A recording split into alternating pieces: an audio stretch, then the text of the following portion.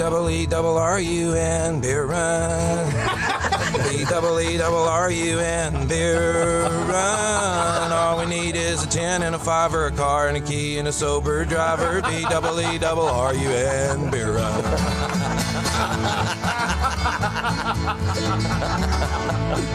A couple of frat guys from Abilene drove out all night to see Robert Earl Keen at the K-Pig Swine and Soiree dance. They wore baseball caps and khaki pants. They wanted cigarettes, so to save a little money, they got one from this hippie that smelled kind of funny. And the next thing they knew, they were both really hungry and pretty thirsty too. B-double-E-double-R-U-N, beer run. B-double-E-double-R-U-N, beer run. All we need is a 10 and a 5 or a car and a key and a sober driver. B-double-E-double-R-U-N, beer run.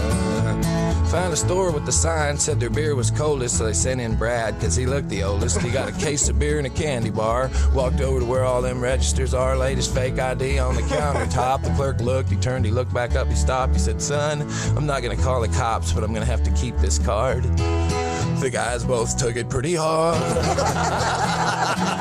B-double-E-double-R-U-N, beer run. B-double-E-double-R-U-N, beer run. Oh, how happy we would be had we only brought a better fake ID on this B-double-E-double-R-U-N, beer run.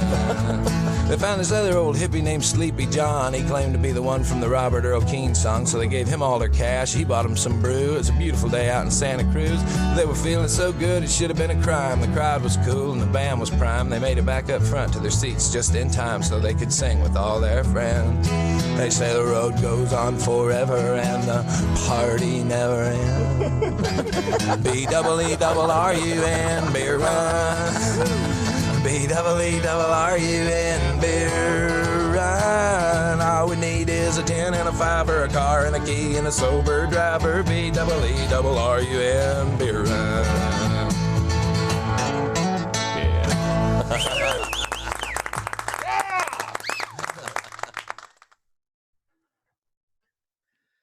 Yeah. Good evening, folks. Welcome to Friday night fun night. Thought we'd have a little fun there. Stuck out on a beer run. You got that right. Back after these messages. That's what happens when you're running this late on a Friday night. You know, just it is what it is. So, yep. Hey, at least we know where Kirk was with the. Anyway, unless of course you were here in the before show. All of us were running around in here trying to get stuff set up, ready to go for the show tonight. Yeah, yours truly spent the entire day, and I literally mean the entire day, rebuilding the kitchen sink plumbing behind the wall. Under the sink, playing with nipples. Yep. Yes, it was plumber's crack to the worst extent. And... right. God. Oh God, that was a brutal job. I hate plumbing. I know. Did you have to go out and turn the main off? Oh yeah, I had to do the whole damn thing. It was out was without water here in the house most of the day. So, was there a hammer involved? Actually, 1 or 2 hammers, and no, I didn't smack my thumb with a hammer. So, sorry to disappoint anybody out there to whom is pissed at us, but hey, still got all 10 fingers, 10 toes, and all your nails still in the intact? kitchen again. Huh? All your nails still intact? All the nails are still there. Yeah. So, yep. Don't even have any dirt under them because I wore gloves. But, just saying. Well, we had a kind of a tentative plan to go through a video tonight, but we didn't get to it yet. And it's an hour and 16-minute long video, so I'm not going to just play the whole thing, although the whole thing is really good. Yeah, maybe you had to put the link to it in the comments and pin it there, so people can watch it, at their leisure. But point out the important stuff, because it literally goes right out exactly what we're talking about, specifically with foreign emoluments and foreign ideologies and all that shit made up. And it's super, super deep, and this man lays it out there. And He's a Jesuit. He admits he's a Jesuit. He's preaching as a Jesuit, and he's exposing the history of the Jesuits and the Pope. You know, you got the Black Pope and the White Pope, and it's, I mean, name after name after name drops it. And I think it was clear. He went clear back to like 300 BC, maybe 300 AD, but I think it was 300 BC. I could be wrong. But I mean, he just goes through history and name after name and drops names. And then he even drops a name about 9/11. I mean, this guy he has it all. I think there was more And, than you know, it's just, one in there. and again, my research has said basically everything that I've researched is the Roman Catholic Church is nothing but Islam in disguise, and this guy just proves it. Gives Yep. the names and shows how and exactly. I'm just like, whoa. Kind of makes you step back and think a little bit, doesn't it? Almost question just about everything you were ever taught. What's the difference Thank between a God. mechanic and a body man? Well,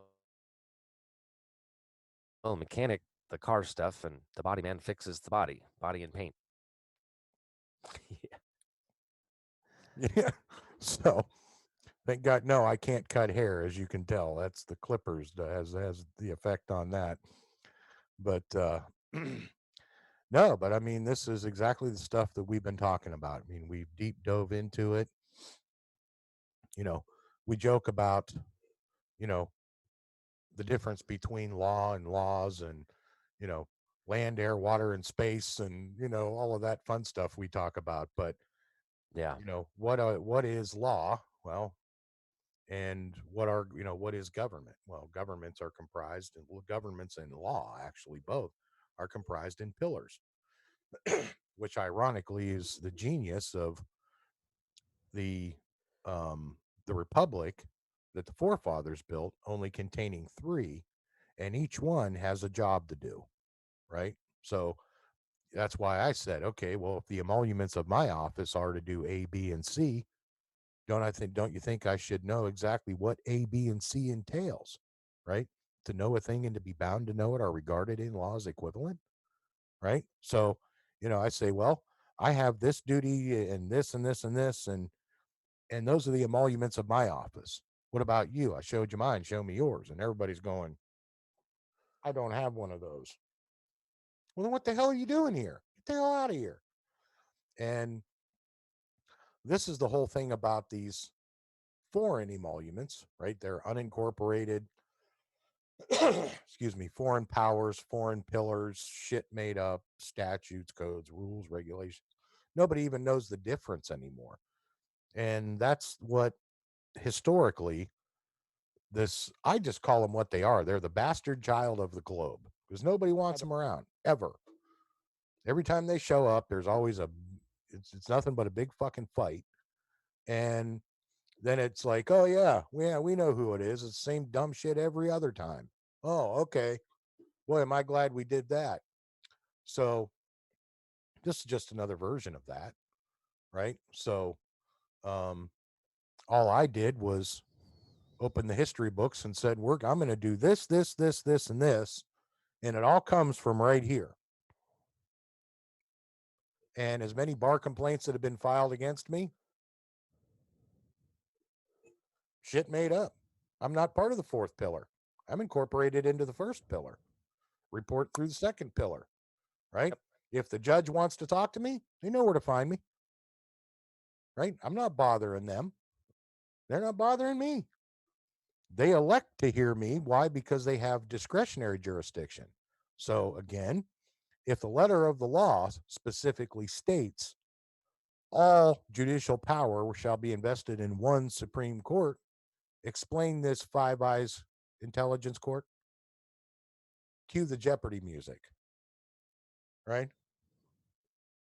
Or the beer run. Who's stepping on the Supreme Court's toes by creation of this Five Eyes intelligence thing? Don't tell me there ain't no five pillars of law in our government. Bullshit. I can prove it started in 1996 specifically because of my case. So ironically, when I said, in my repost tonight, I'm just going to break out this little clip about bureaucracies, because guess what?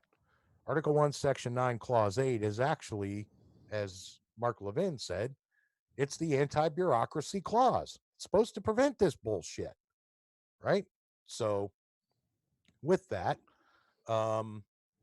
again, this is doing it the correct way. So this is the reason these things are coming out. And this is very, very short. Won't take that long. So is John Ratcliffe qualified for this job? Is he a good pick? Well, he's a great friend of mine. He's been invaluable on the Intelligence Committee. He really, I think his strong suit is he really knows the law as a former U.S. attorney. And that's what we need in that position. I think you saw Lindsey Graham there mention about the D&I. It's really gotten way too big. It's become duplicative, as Senator Graham said. I want to ask you about that, because that position was created after 9/11. Yeah. Because the problem was that the intelligence agencies weren't keeping each other apprised of what information they had. That's a pretty serious issue that came up on 9/11, that the FBI didn't know what the CIA was doing, and that perhaps if they had, and I remember George Tenet writing about this, if they had been talking to each other, we might have known what was coming. So don't we need someone, and doesn't that person need to be? So absolutely, that's why the DNI was stood up and created. But what's happened with all bureaucracies is they become bloated. And now you have something that was supposed to be, I was there, I voted to create it. Yeah. The original reason to create it was for it to be a strategic planning arm, really, to look and make sure that everyone is communicating. What they started to do is they started to duplicate efforts. In addition to that, you also have to look at the problems that we've had in terms of trying to get documents, trying to get things declassified. John Ratcliffe is the one who was in the middle of all of uncovering what really what I call the dirty cops did at DOJ and FBI. He was one of the most reliable people that we had. I mean, that's probably one of the reasons that a lot of Democrats are going to vote against him. I'm sure all 47 are going to vote against him. They're going to see him as the president putting someone in to keep an eye on the intelligence agencies. That's what they're going to say, I would imagine. Oh, and one other important point that I want to make sure we point out. One of the jobs of the DNI was to figure out the security clearance process, to fix it. Yeah. And now the security clearance process today is much worse than what it was when we created the DNI. Maybe putting the right person in there, we can clean some of that up. I mean, he just said something very key right there. The congressional intent of the DNI, right? It had one specific job. And it not only didn't do it, but it fucked it up even worse. Why? Because that ensures its survival, right? These guys, they don't want to do that. There's no money in a cure, right? We've said this with, disease across the globe for how many decades, right? Well, same thing with correcting any other problem. There's no money in a cure. There's money in the research, but there's never, you always got all these problems, but when it comes to, well, what's the solution? Let's see here. It becomes a circular argument, right? And this goes to specifically exactly what we talk about, right? And I've watched companies go through this throughout my entire career, right? You do a job, you build a campaign, and it does exactly what it's supposed to do. So instinctively, you want to keep doing that. Problem with it is that task outlives itself. So you take the task, put the task in the drawer, and everybody goes and does something else. Here's the problem in government. Nobody wants to go do anything else because they like that little cushy job that they work themselves into by, originally, if they would have fixed the problem, they would have been able to justify continuance with, oh, well, we fixed the problem. Now we have to maintain it. Well, they didn't even fix the damn problem. So what do you think we need to maintain you for, dumbass? Right? By the way, does any of this have anything to do with a court, a judge? No. Misinformation, right? Smear campaigns, branding. Stop me if any of this doesn't sound familiar. Various other shit made up. And you guys wonder why I said, kids, stay with your mother. Dad's got work to do. I have to downsize this company called government, right? Put it back in its box and remind it, hey, stupid, that job, not only did you not do it, you're incapable of doing it. So go do something else. You're fired, right? So that's what it is. Well, yeah.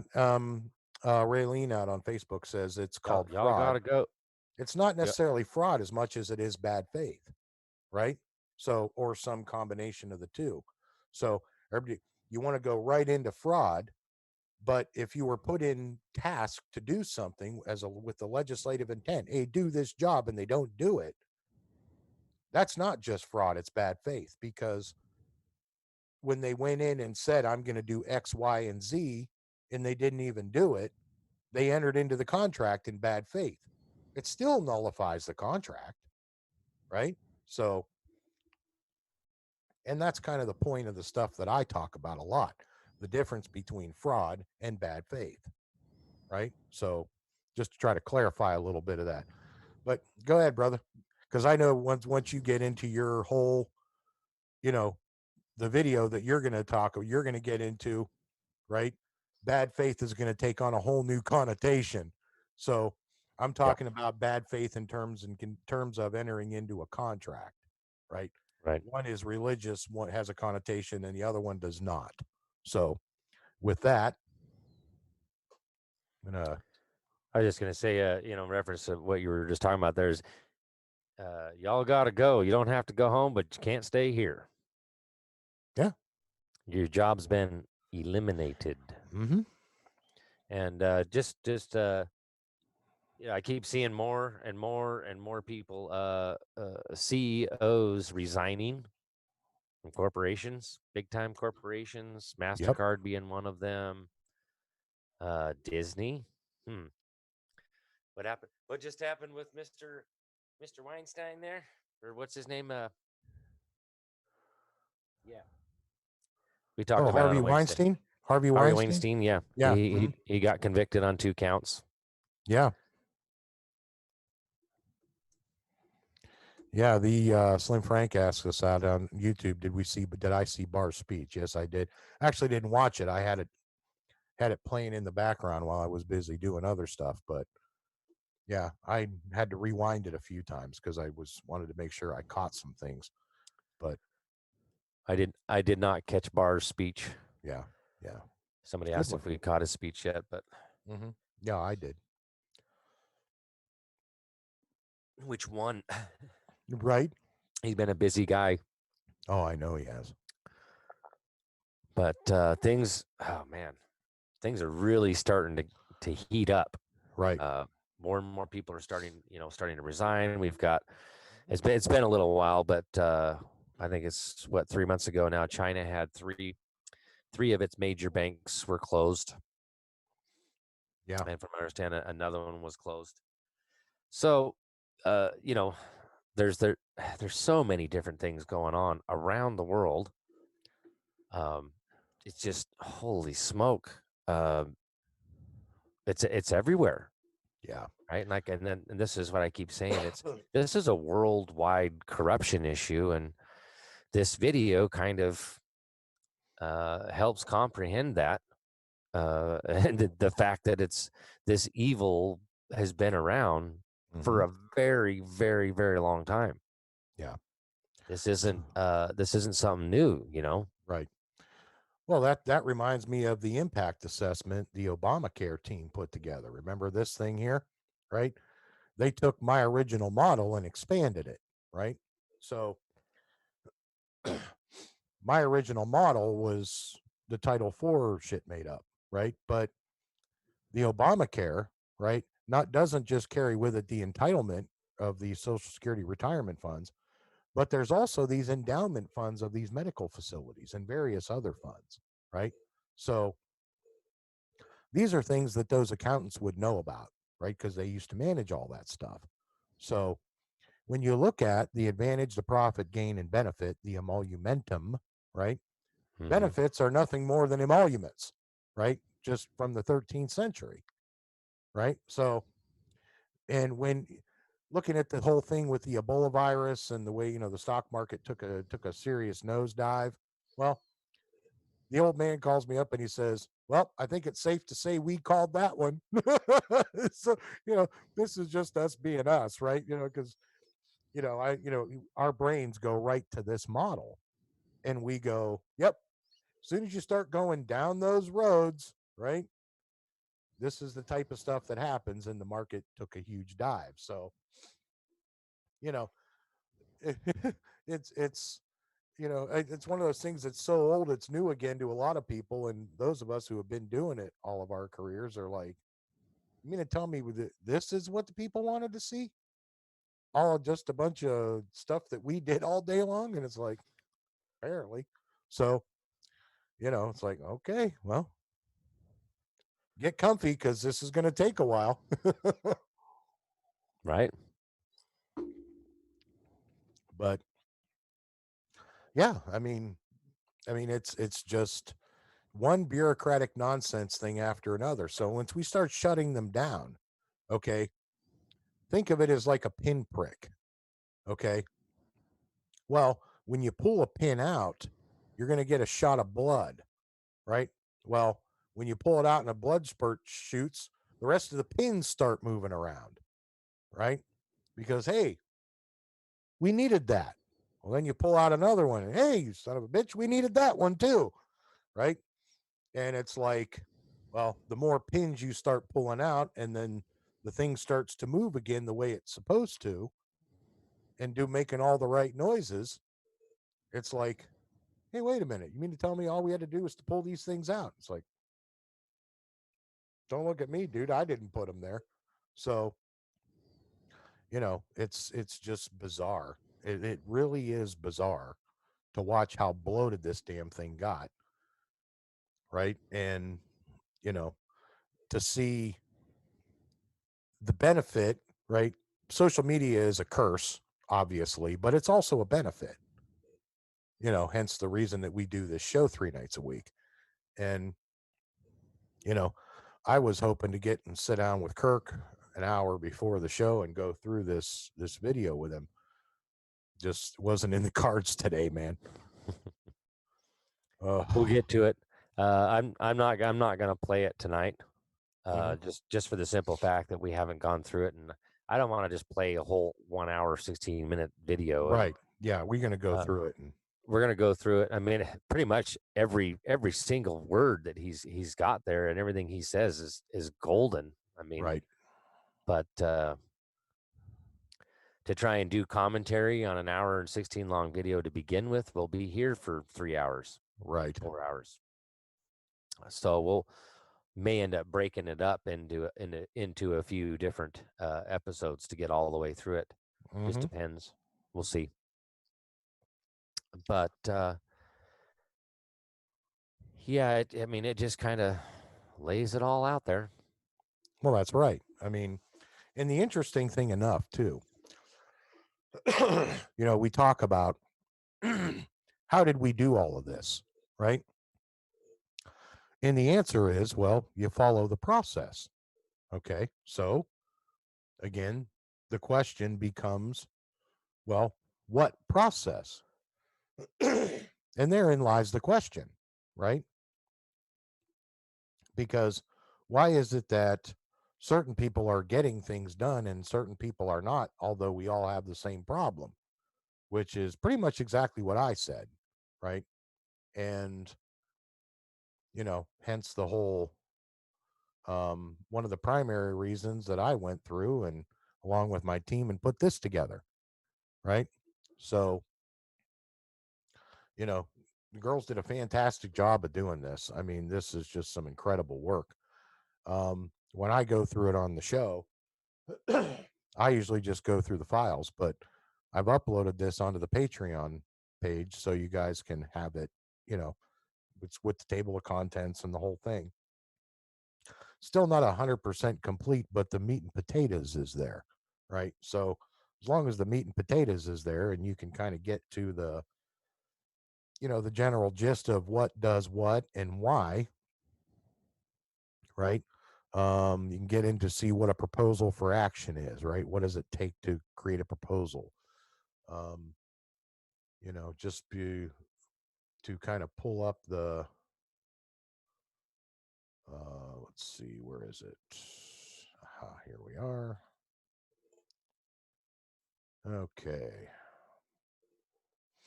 Right. So, we go in here and the master scan files they're literally done by chapter, right? So when you open chapter 1 parliamentary law, right, you end up with what? 6 scans. So, I mean, each section there's not that much to it.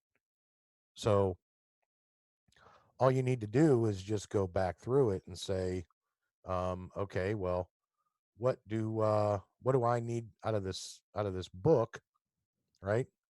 Whoops. And remember we were talking about this the other night.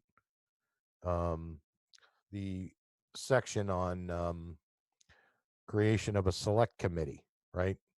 So what is a select committee? Why is it there? What does it do? Right. And one of the things that keeps these things fresh, right, is like as long as the sunset clause is utilized when it's supposed to be, right, and they're not just automatically renewed, okay, maybe this year we needed a committee to look at I-95, right? Well, next year we need a committee to look at I-4, and the next year we need a committee to look at US 19, and so on and so on and so on. So it's just I know and understand your feelings, Kirk, on committees, but one of the reasons that we do things in committees is because it kind of helps us separate really kind of the men from the boys, kind of being a smart ass about it. But, the difference between good science versus junk science. Good science is good observation. Junk science is even better observation to prove that it's shit made up. Right, but that needs to be heard in front of the quorum. Oh, absolutely. No matter what, whether it's good or not bad. Committee. Right, but it has to be. And I believe the reason why our founders required a quorum was so that we didn't have a set of men. That's right. Controlling in this,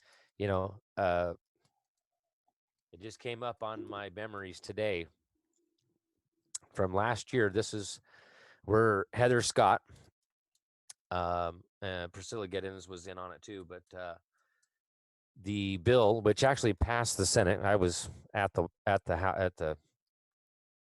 Capitol and sat in on the hearing for it and the vote, which was to require CPS to hand parents at the door before they even start talking. They knock, they hand the piece of paper which says, "Hey, you have the Fourth Amendment right to not even frickin' talk to us." Yep. Right. And it passed in the Senate and went to go to the House. And guess what? The head committee guy happens to be a member of the bar. And what did he do? Probably filled it with a poison pill.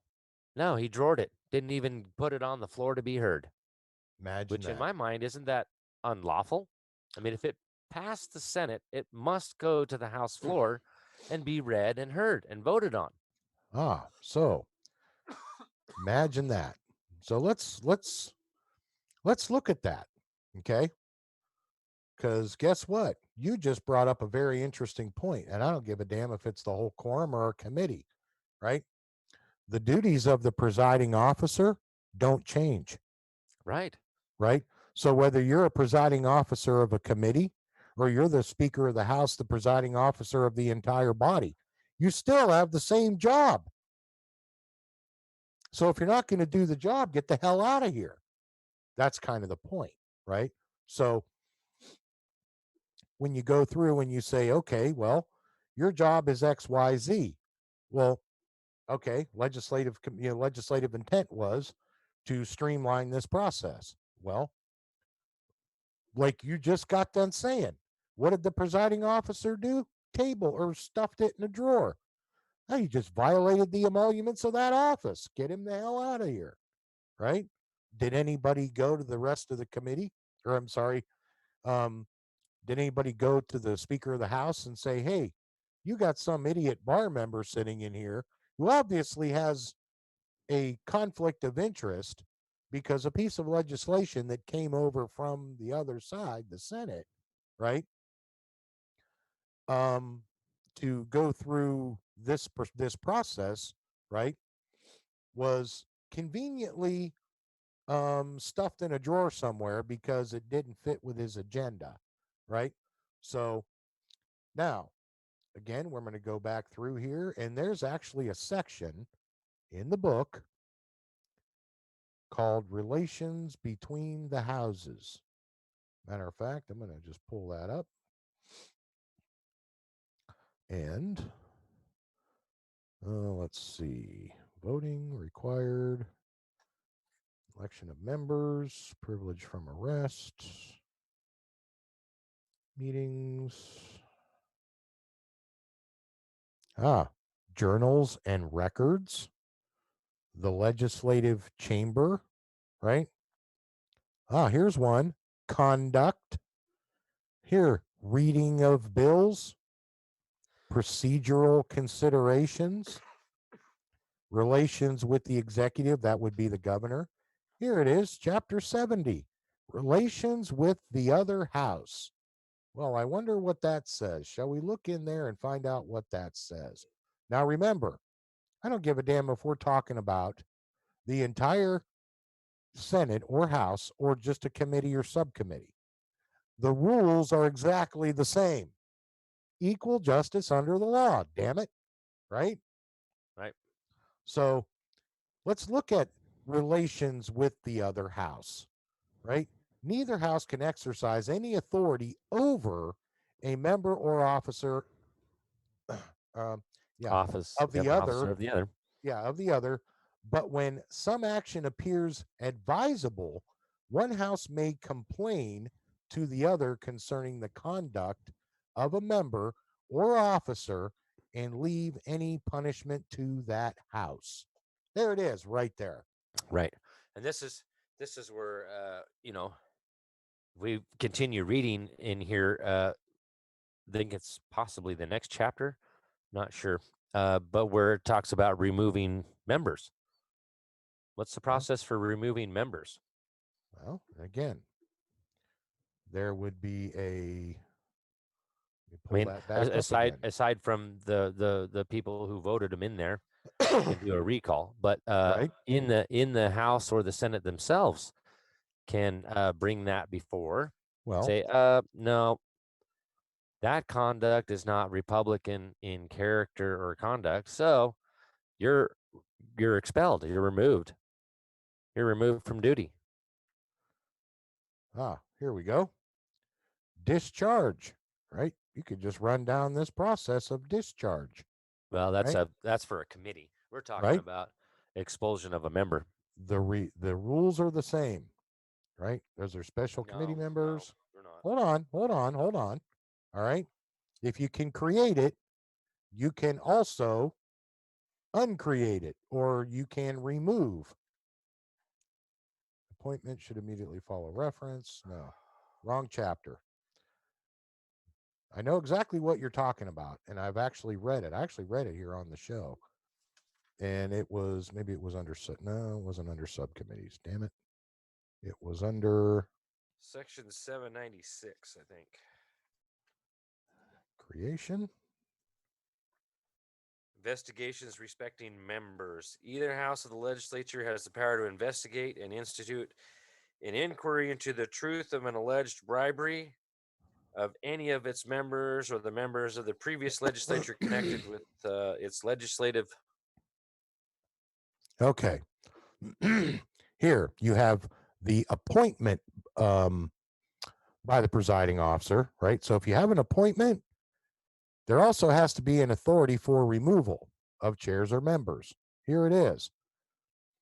It is a general principle of parliamentary procedure that the appointing authority has the right to remove a chair or committee member. So did anybody go to the Speaker of the House and say, hey, this jackwagon took your legislation and stuck it in a drawer. You know, don't you think you ought to go to section 602 here and remove the guy? There it is. That's page 424 in the book. So whether it is, you know, whether you're talking about the creation and selection of committees, or if you're talking about just a, you know, a member of the quorum in general. Now, if you're talking about a general member of the entire quorum, now you can get into the section on conflicts of interest, which Well, is covered under go to quorum. 796. Say Section that again? 796. What page? Would be 564. 564. So that would be investigations, right? Is that under investigations? Yeah, it's under investigation, but this is investigation respecting members. This is how you investigate and remove a member. Yeah, page Or 564. like what I was talking about, where he abused his position of authority. You talking about section 796 right here? Yes. Okay. There it is. Yeah. So that's why I said there's more than one way to skin a cat. We can put them in. That's why I said the people can giveth and the people can taketh away when they screw up. Right. Right. And the flavors of doing that are so many, it's ignorant. Why hasn't anybody been doing it? Right. And the answer is you tell on me, I'll tell on you. Right.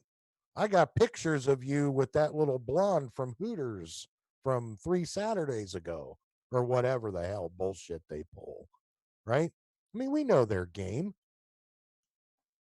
You know, look at they tried to pull that same bullshit with Kavanaugh. Didn't they? Why in the hell is it doing that? What'd you do? No, freaking blue screen. Oh, on the Facebook machine. Oh shit. Are we Your still... PC ran into a problem and needs to restart. We're just collecting some error info and then we'll restart for you. Oh, bloody bastard. Anyway, so, but I mean, you're absolutely correct. So the whole, you know, whether you're talking about going into the entire quorum, right, and making them look like an idiot, or starting in with the, you know, that's what I'm going to do. Just the general committee, and there it goes. It says the Facebook Live has been interrupted. Kirk broke the internet again. Right. Gotta love it. I'll just do it the other way. I'll do it from this machine. Whoops.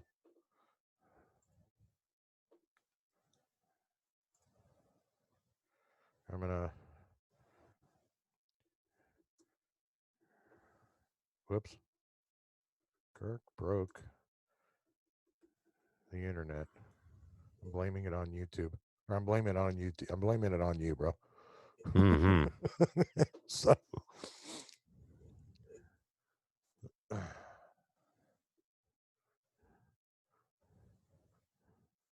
So, yeah. Looks like. Sorry, guys on YouTube, our YouTubers. You may have some guests from Facebook land tonight because Kirk broke Facebook. Did you try to combine MySpace, Twitter, and Facebook and come up with MySpace? Holy smoke, that's some old stuff. Oh, right. Yeah. You don't remember that joke? What would happen if you blended MySpace, Twitter, and Facebook together? You get My Twit Face. So, but anyway, I'm going to have to research that blue screen. Right. So, oh, yeah. So anyway, what you're saying is absolutely 100% accurate. So when we go back to, and I'll just go ahead and pull up the master file again and just leave it for the sport of that. Going back to the book here,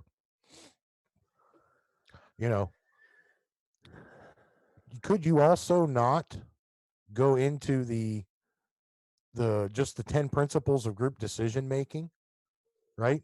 Hey, there's some trickery going on here, right? The 9th principle of group decision making. You guys passed some legislation, right? And over in the Senate, and there was some trickery, right? In the House, dude stuffed it in a drawer. Aren't you a little miffed by that, right? That's actually a hell of a lot easier to say, right? Instead of going down through, right? The whole section, you just go in here and say, yo, dude,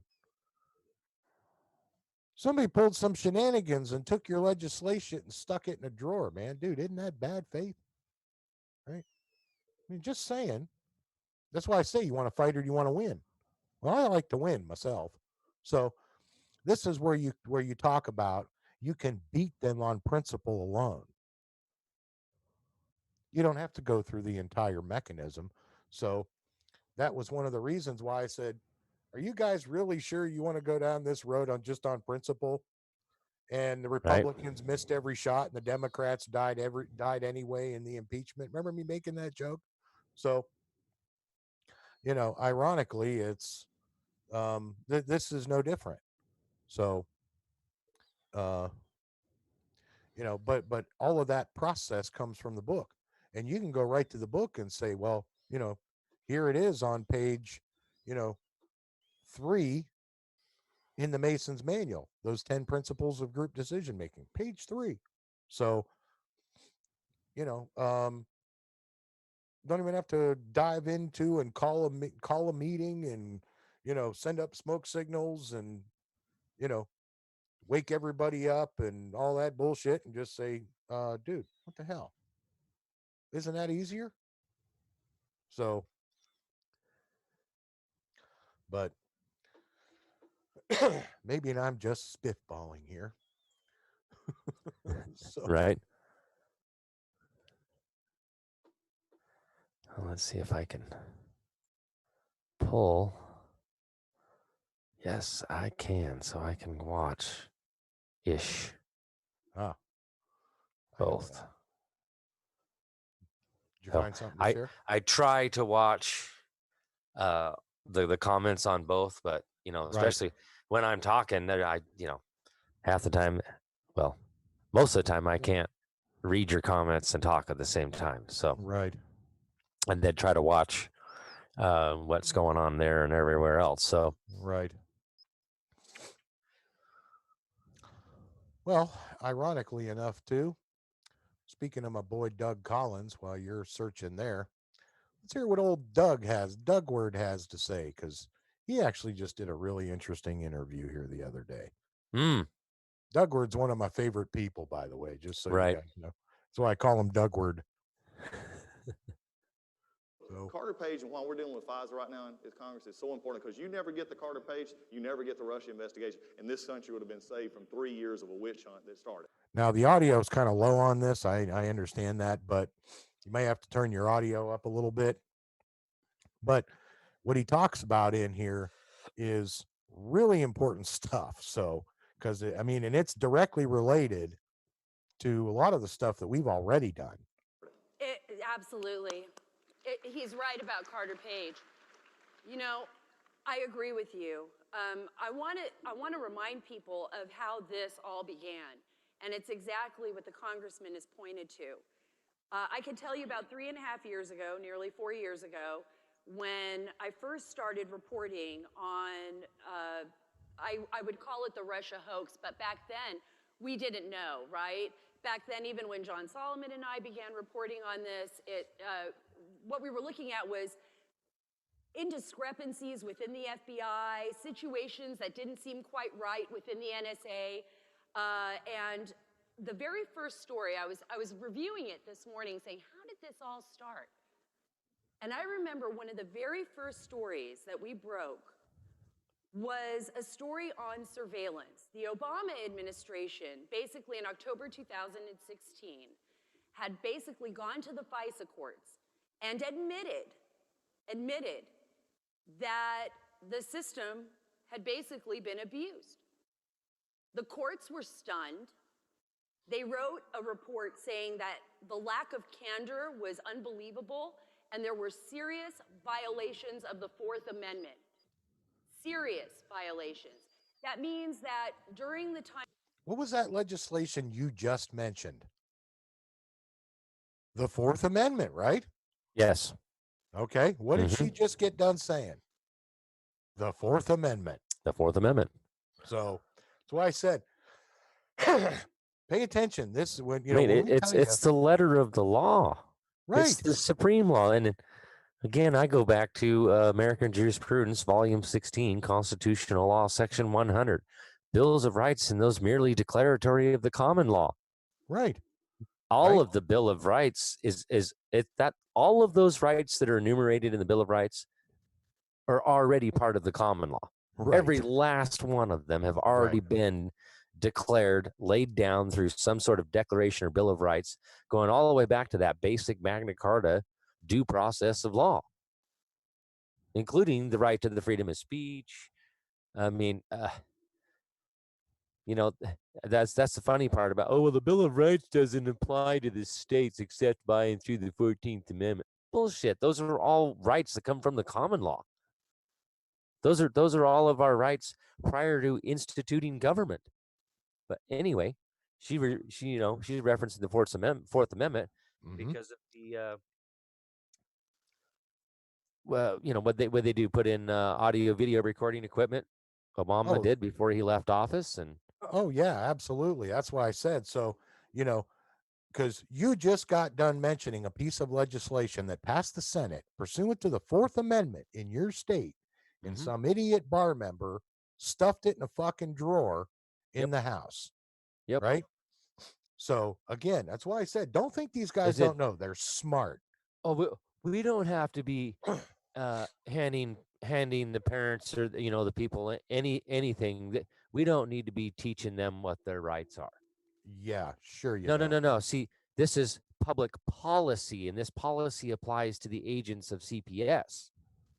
There's nothing to do with the people other than it shuts down CPS from scamming, and frauding. Oh, and bad faith and every other damn thing. But because I just wanted to point that out. Hand a piece of paper to somebody that says, hey, we actually don't have the right to be on your frickin' doorstep. And you don't have to talk to us, and there ain't shit we can do about it. Right. So please don't shoot us while we hand you this piece of paper. Right. Because there's no jurisdiction, right? So if there's no jurisdiction, right? We have no standing in the law to even be here, to even hand you this piece of paper. But right. You know, the people decided that we needed to hand you this piece of paper so that you knew that we were just nothing but a bunch of fraud. Right. Pretty much. So and that's exactly what that bar member sitting in that emolument he sat in. And when he drored that, there was quite a few people that were pissed about that. And I was asked, well, what do you do about it? And I went, Section 796. I have it highlighted right here in my book. Remove that sucker. Right. Well, you think any of them did anything about it? No. Well, again, he's still sitting there. That's why we have to instruct them. But here we go. I'm going to keep this going because I might skip a little bit through here because it does kind of get a little boring for a second, but it picks back up. Time of the Obama administration, Americans' information was actually being accessed illegally. They were just stepping all over the Constitution. Now, we knew this was happening before, but we didn't know to what extent. When that began to unravel, when those documents became public, no longer classified, and we started to report on that, that's when sources started creeping out of the woodwork and saying, wait a minute, you don't know how bad this is. You don't know how far this has gone. And I got to tell you, when I first started investigating Andy McCabe, the FBI, all of the same players you see now publicly, I was having a hard time believing that this could actually happen in the United States of America. But what I didn't know then was how far it went and the reasons that it went that far. And that was actually to stop then candidate Donald Trump from ever becoming president. And if he did become president, was to get him removed from office. And when that truth became evident, I got to tell you, it was a really rough time. We really had to have the facts before us. And I think, Congressman, it was also tough on Congress trying to access those documents, trying to get the truth out. I don't know. We hold these truths to be self-evident. Moving on. if you felt that way. I know that was, for me, that was really difficult. Well, it was, and I want everybody in here to understand this. This was something that was done. It was calculated. It was something that they had begun this process and these investigations. I mean, to even what you referenced in October that year, where they admitted that there were some problems before the FISA court, was basically a cover their rear end situation. Right. They didn't admit it, but let me just tell you, for everybody here, they went after candidate Trump, but really and truly, you know what they were trying to stop is you, and you would not let them. And I think that's what we got to remember. They wanted to stop you. The swamp wanted to stop you. They wanted to stop you from electing this president, and they couldn't do it. So what we've got to do now, though, and let's take a step back. You know, they struck back. They did everything they could, and it's amazing to me. I'm very content to have Comey, you know, take pictures of trees. That's about all the sense that he makes most of the time. You know, as we go forward. But what do we do, you know, now to expose this and then have this, you know, not happen again? I agree with the president. This should never happen to another president. But I'm going to take it a step further. It should never happen to another American citizen the way this is done. So I agree. So when you look at it and you go forward, you really have to wonder, how did the politicization of this process become? And I think that's what we've been exposing when I started releasing transcripts a little over a year ago. You started getting the peel back the page of what we're actually seeing here. And I think that's become the biggest issue in not only this election, it's not only the election that we had in 2016, but also when you take in the Mueller report. What a waste of time. You know, just an amazing taxpayer dollars to come to something we knew already based on faulty information from a faulty dossier, was brought before a court and should have never been there. That's why when I said earlier, when we first started this, and some of you go back and, you know, check your notes. The real Russian collusion. We really started getting report. That should have never happened, and it just continued this. See, this is what I don't get is Trump went through impeachment already. What about the fake dossier? What about it? And how it was presented through the FISA court, and I mean, come on. We can address that stuff with President Trump, but we can't address this stuff that came first. Oh, let's rewatch this one, short one. This one will definitely bring. Let's don't be a stranger. How do we get this right, sir? Well, we got to remember what prompted this whole debate. Remember, it was the Justice Department in 2016 and went to the FISA court and misled the court. That's a nice way of saying they lied to the court 17 times. So we need to change how this works. I think you need some. What did he just say? They lied to the court. And any official with an IQ greater than room temperature in Alaska knows that the conduct of the center of this case violates both state and federal law. You cannot lie. Right. Pretty much.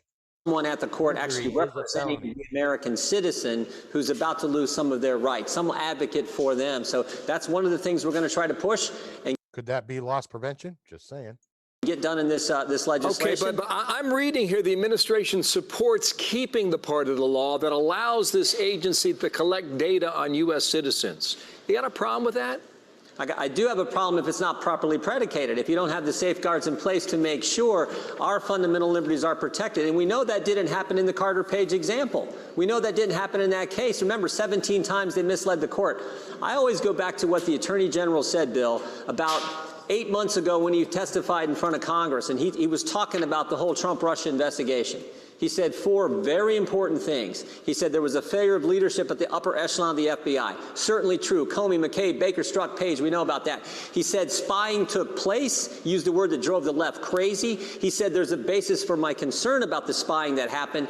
And maybe most importantly, he used the term political surveillance, a term that should never happen when we're talking about the United States of America. So that's what's prompting all this and why we need to make the changes, why we need a citizen advocate there to defend the interest of the citizen. Let me try and figure out what the right changes are here. Now, there's one proposal to notify any Americans if they have been surveilled. I assume you would support that? Yeah, we're looking at lots of things. We're actually trying to put together a piece of legislation that we think is much better than the one Mr. Nadler has brought forward, one that's... Could that be just exactly what Kirk was talking about? Oh, we have to be here and we have to serve you. That you ended up being surveilled for, you know, whatever the reason was. And we're here to provide full disclosure that that was done, right? Again, like I've said, you've heard me say this 1,007 times, right? Full disclosure here, right? Showed you mine, show me yours. You know, Kirk and I make jokes about, you know, these assholes, these people don't know the difference between an asshole and an alternator, right? The problem with it is we're not talking about assholes and alternators. We're talking about, you know, people that want to do us harm that have penetrated our country, right? So when we tell you, look, expect them to say no the first few times, they don't know if you're a good actor or a bad actor, especially when they got some idiot bar member in there telling them, well, this is just a disgruntled litigant, or dar, right? So all the more reason to focus on the thing that, you know, the cause of the thing causing is the cause of the effect, right? This isn't, so I said this shit had nothing to do with my ex. This was about the emoluments of government, right? That had been perverted by this Sharia bullshit, right? Which happened way before her and I were even a couple, right? So again, that's why I said, moving on here. Consistent with the principles that are, you know, part of our Constitution, part of our Bill of Rights. But the oh, those principles, right? There must be no fraud, trickery, or deception resulting in injury. Didn't I just go over that? Right? Get them on principle alone. as I said, the most important aspect, I think, is this amicus process where you have someone there representing the individual who's about to lose their fundamental liberties. I also think it's important that we develop a record of what takes place in these courts. There should be a transcript of these proceedings. I think that's critically important. And I think when you're talking about a candidate, you're talking about a campaign, you're talking about an election, and you're talking about a person running for office who's an office holder or a staff person for some of those campaigns or members of office, that there's a sign-off before that kind of procedure moves forward, a sign-off from the highest levels of the Justice Department before any type of that type of surveillance can take place. Okay, so two more quick things here. If the president doesn't get the changes he wants, would he veto this?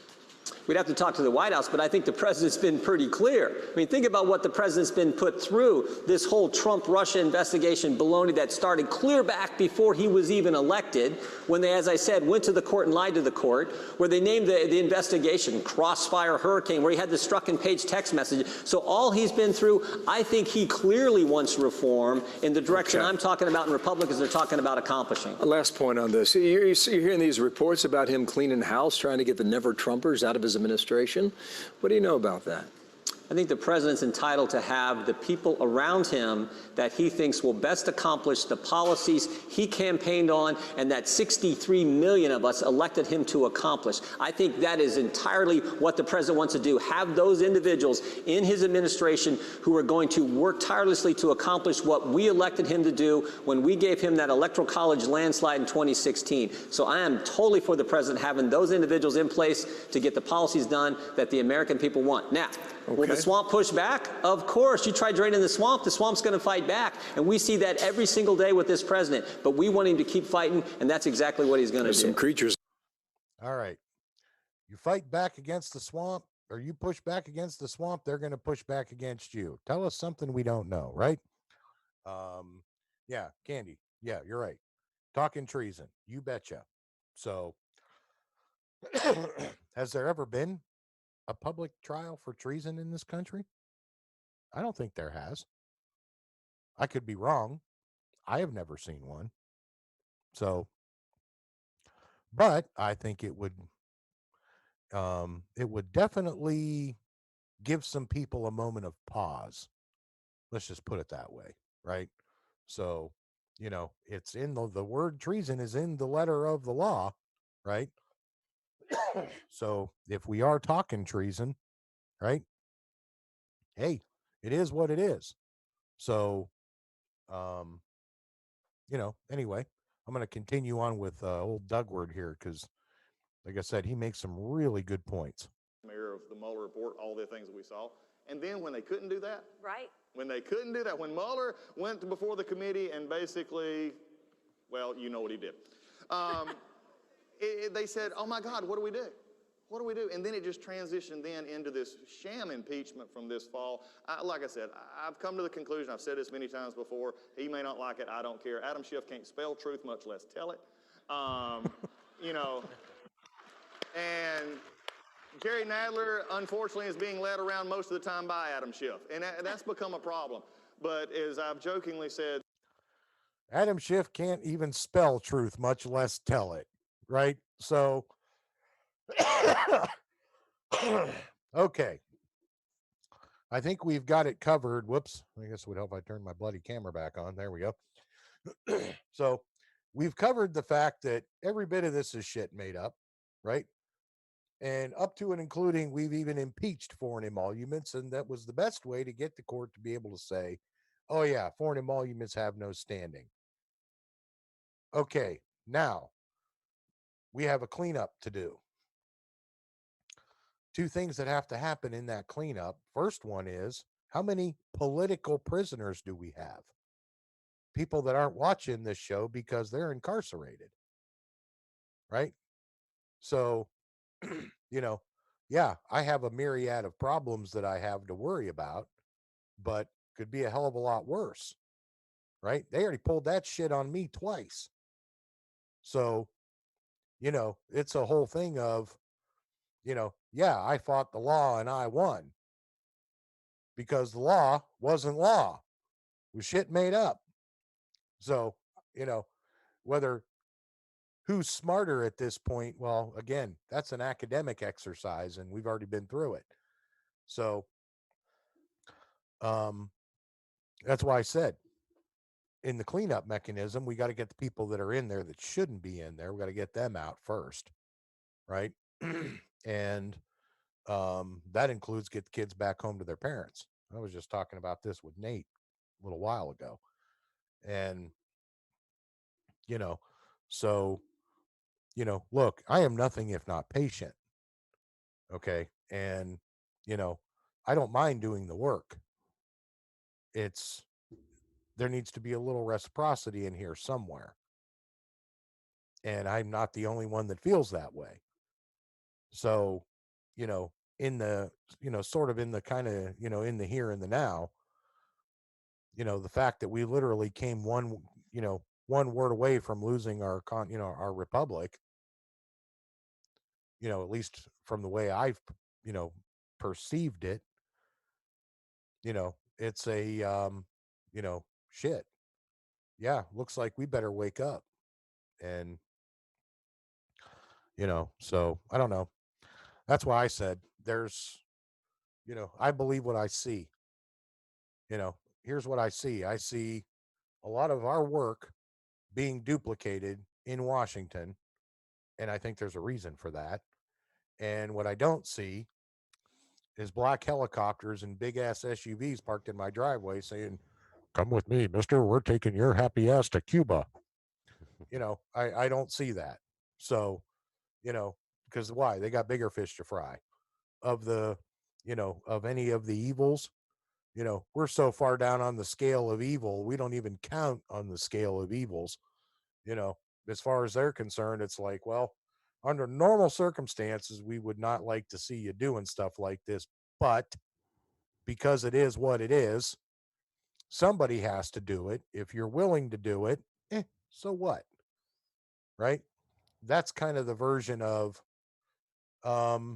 well, the only thing standing between that whole big ass mob of torches and pitchforks is these guys. So if we got a choice between these guys and torches and pitchforks, we're going to take these guys any day of the week and twice on Sunday. So, you know, that's why I said, well, you know, okay, I don't mind doing it, but, you know, there's going to need to be some reciprocity in here somewhere. So to hear Trump say, yep, we're going to have some reciprocity here real soon. Well, or we're going to have reciprocity when he was in the State of the Union. Remedy. So that's what I said. Again, you know, Trump dug up that executive order from 1984, made amendments to the manual for courts martial that all came effective January 1st, 2019. That's All right. to go after those worldwide that are involved in serious human rights violations, human trafficking, both Part A and B, Yep. and corruption. So, that's what's coming. No ifs, ands, or buts. Right. There was I mean, they sure built an awful lot of new buildings down there at Guantanamo Bay. Now they've got floating barges, prison barges. Oh, yeah. There's over 100,000 some sealed indictments. So, got to have enough beds for all them people. And we're seeing people getting arrested and tried. We're little stuff like, I guess how you look at it, little in my mind. Oh, we had some pictures, child porn type stuff on his computer. Yeah, well, what about those involved in pedophilia rings? Well, here's the problem with shit It takes like some that. time to get to them, but here's the problem with stuff like that. Specifically to teach how to do the basics of coding and with a history of coding. Somebody could be sitting there putting shit on your computer right now as you speak, and you wouldn't even know it. So, to say that there's something on somebody's computer or something on somebody's phone, prove that they're the one that put it there, because technically speaking, even the court knows you can't. That's why they want hard copies. They don't want, if you're going to do like text messages and stuff, they want to see the whole thing, right? Emails, they want the whole thread. You know why? Because those are time and date stamped. right. Okay. So, you're going to say, did you participate in this conversation? Is there any bit of this conversation that's missing? Right. So, that's why I said full disclosure. These audits are a pain in the ass, people. Don't think that for 1 minute that this is an easy job, because it isn't. Auditing takes time, and I mean it takes time. So, there's I can tell you what I do know about the whole 30,000 emails mechanism that was screwed up, right? Because those are sourced, right? Those were stolen and put on another server somewhere. Here's the problem. Can those actually be used against Hillary in court? And I mean, I'm gonna just go ahead and answer the question. The answer is no, because chain of custody was broken. The moment she smashed the server, right? To have a copy of a copy of a copy or whatever, it's not an original, right? It breaks the chain of custody of evidence. So under the rules of evidence, it would be excluded. A first-year bar member is smart enough to know that. So,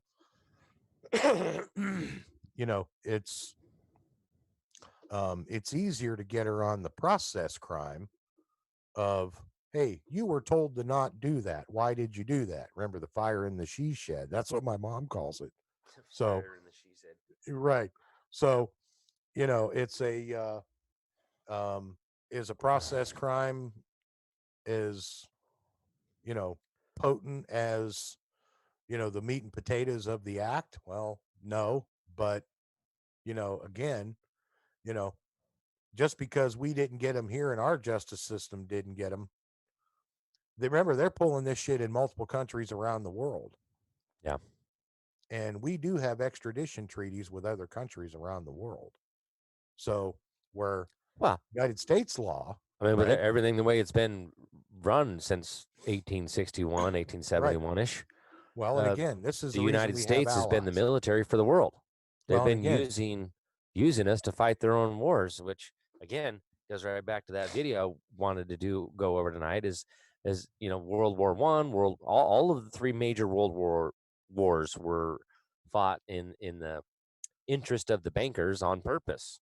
Mhm. And it was funded on both sides, and they instigated the whole damn thing. Right.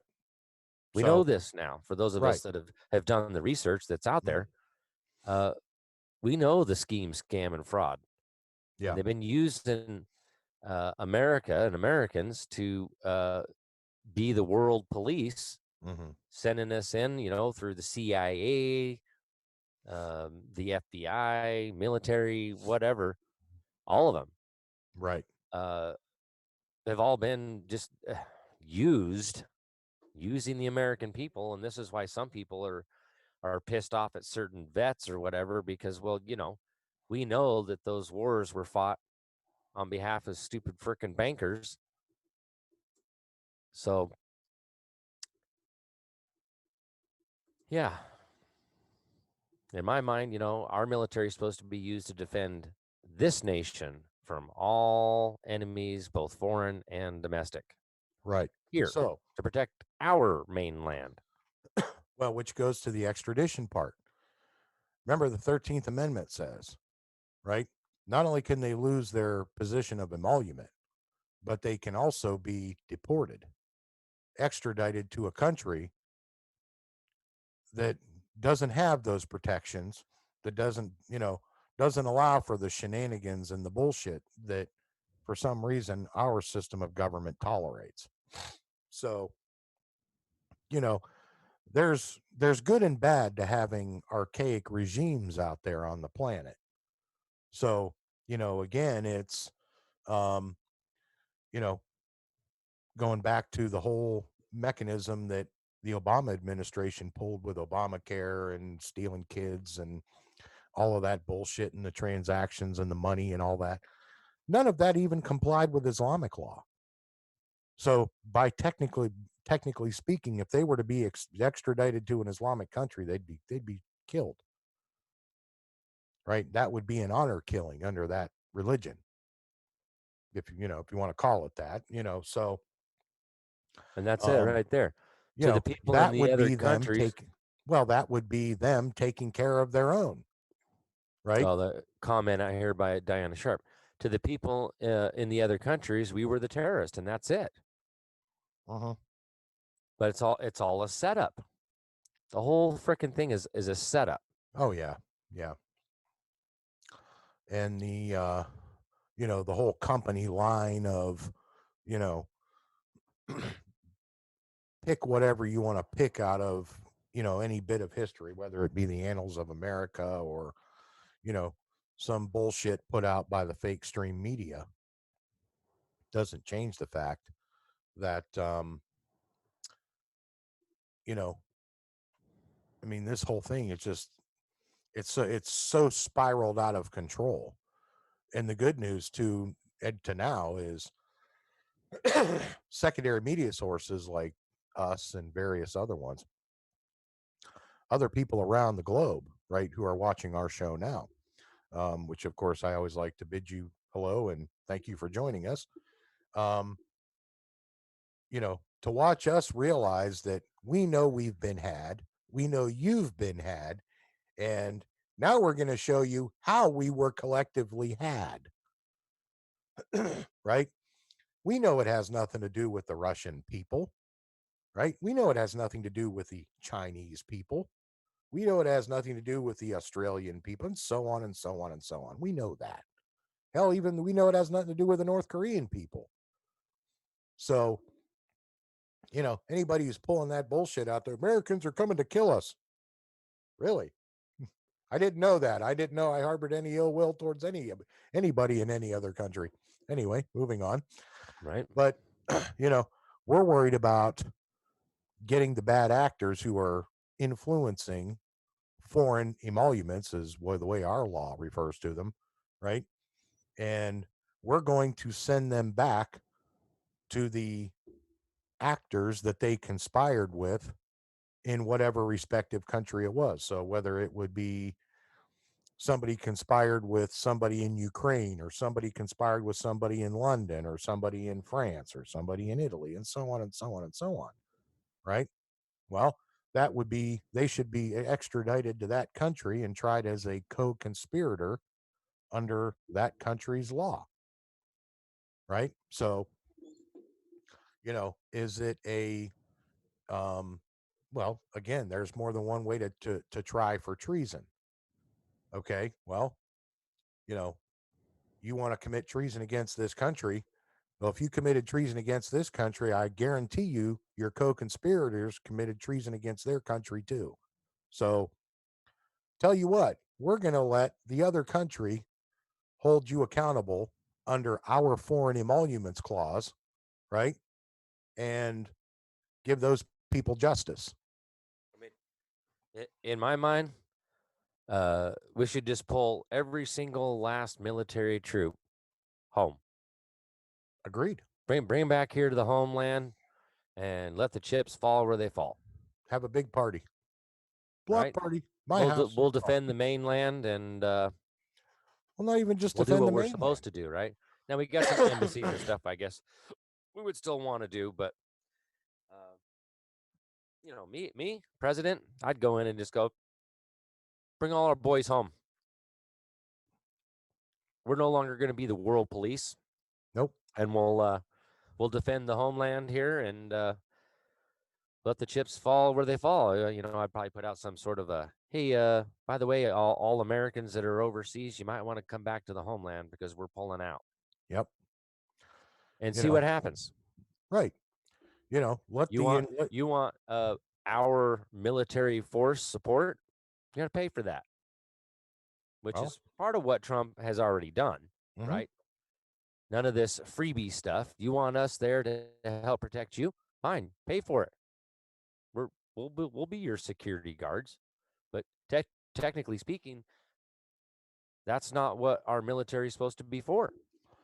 No, I mean, the whole, and we've allies tried this, and all that stuff, but well, we've tried to do the, supply foreign countries with training and weapons and stuff to fight, to defend themselves.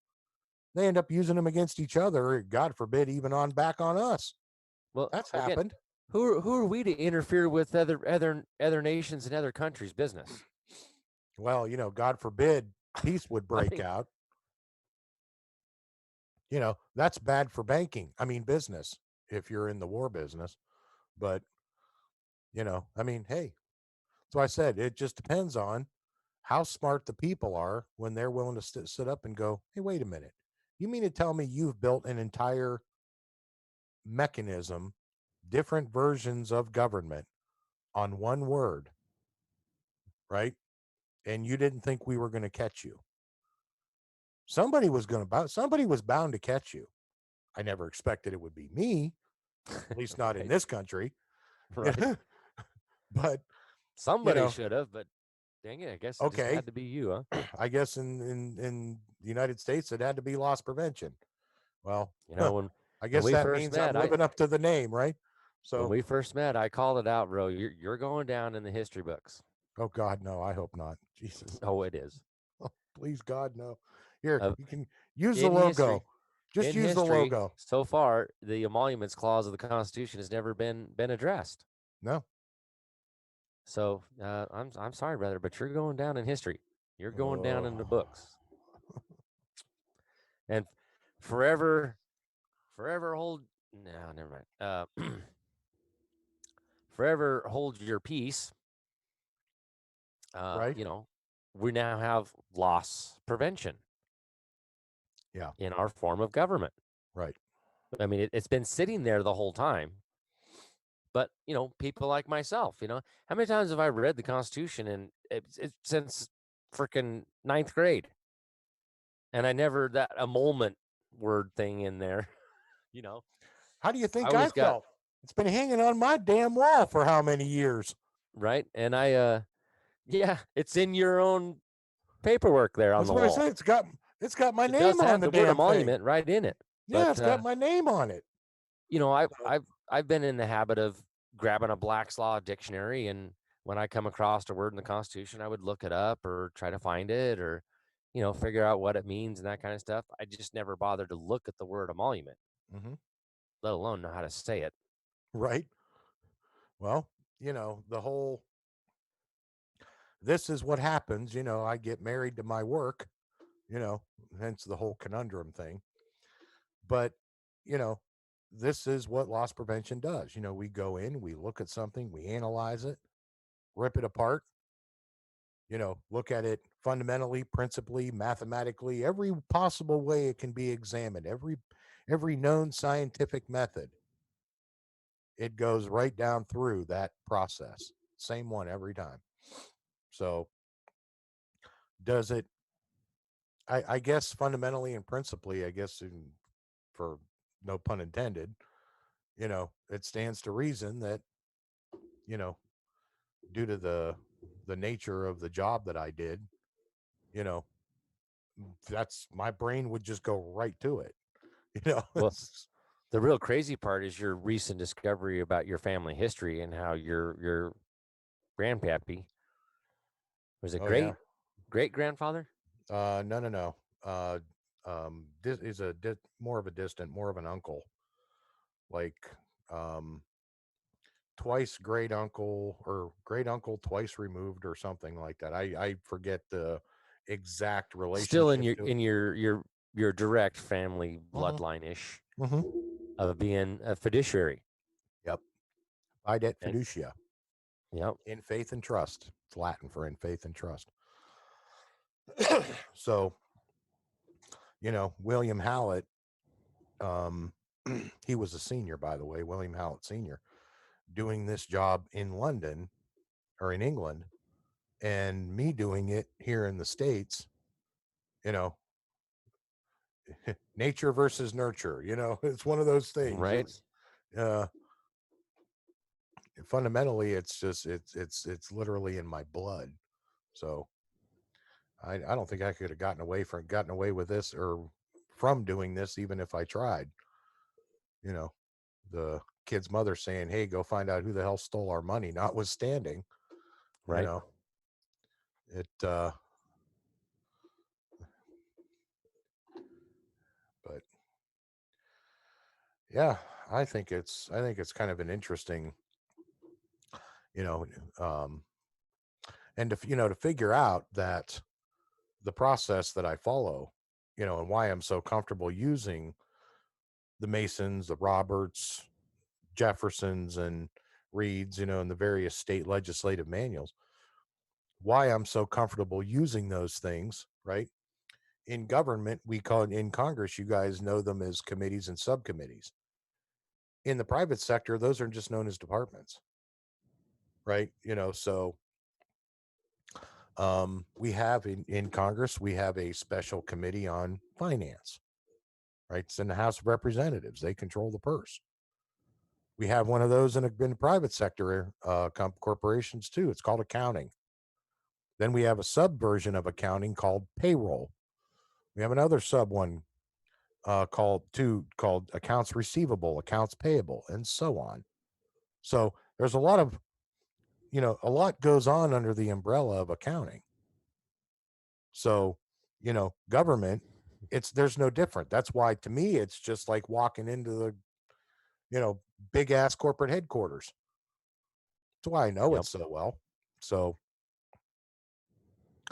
um, but to just know that those things, oh yeah, those are not entitlements, bro. Those are emoluments. Ooh, wait a minute, what? Those programs, those benefit programs from the 13th century, emolumentum. So when you hear the Democrats arguing over these benefit packages and these Medicare for all and all that other bullshit, it's just another version, that fourth pillar of the word emolument, that fourth element, right? Remember, Yep. I got that it's in the impact analysis right here, right? Advantage, profit, gain, and benefit, right? So every time they talk about you know, those benefit or those programs, those Democrat programs, they're talking about this right here, right? So they're extorting the other three, right, with these very ridiculously complicated programs, which is why benefits are are notoriously, excuse me, costly to big companies. big companies hate benefits packages. If it were up to me, I would have been paying for my own benefits package, which I always did anyway, which is why I was able to show you guys the cards. But the point is, I don't want somebody else interfering in my medical care. I don't want somebody else interfering in my retirement fund. I don't want somebody else interfering in my, um, in any of the benefits that I set up for myself or my family. There's no standing there, right? That's that fourth pillar. Get the hell out of here. So, but when I specifically talk about in the paperwork that maxim, everyone is the manager and disposer of his own matters, right? These benefit packages are exactly one of the element that I'm talking about. I already know the other three. Should have only shown that 1,070 times. There's where is the? I think I had that PowerPoint slide scanned. Yeah, I did. There it is. I'll pull that bad rascal back up. Remember, in the post-Reconstruction in a de jure republic, right? The corporation that is an entity just used to do business, right? That's the seal, right? Black. That's why it's in black, right? It's a dead entity. It's just there, like this table. So that's that, market, margin, and capital. It's how I know. It's how I recognize advantage, profit, and gain. So, the fact that I can do this so easily in my sleep, it's like, well, okay, there's your color of law. Right? So, of all of the pillars, right? I already know that advantage is the most dangerous, hence the reason it's in red. Right? Red flag. Watch out for these fake advantages because somebody's going to pull some shenanigans somewhere. Right? Yep. So, to see that that's exactly what's been going on, and it's like, yeah, and I'm surprised by this. Why? Okay, I'm not. So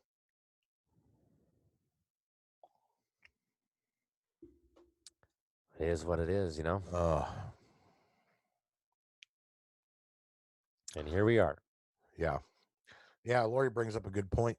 You got to have a sense of humor because, they pull everything from that. Oh, that's that sovereign citizen. And then another bar idiot will go, one lies and another one swears to it. Duh. Right. Hence the whole, the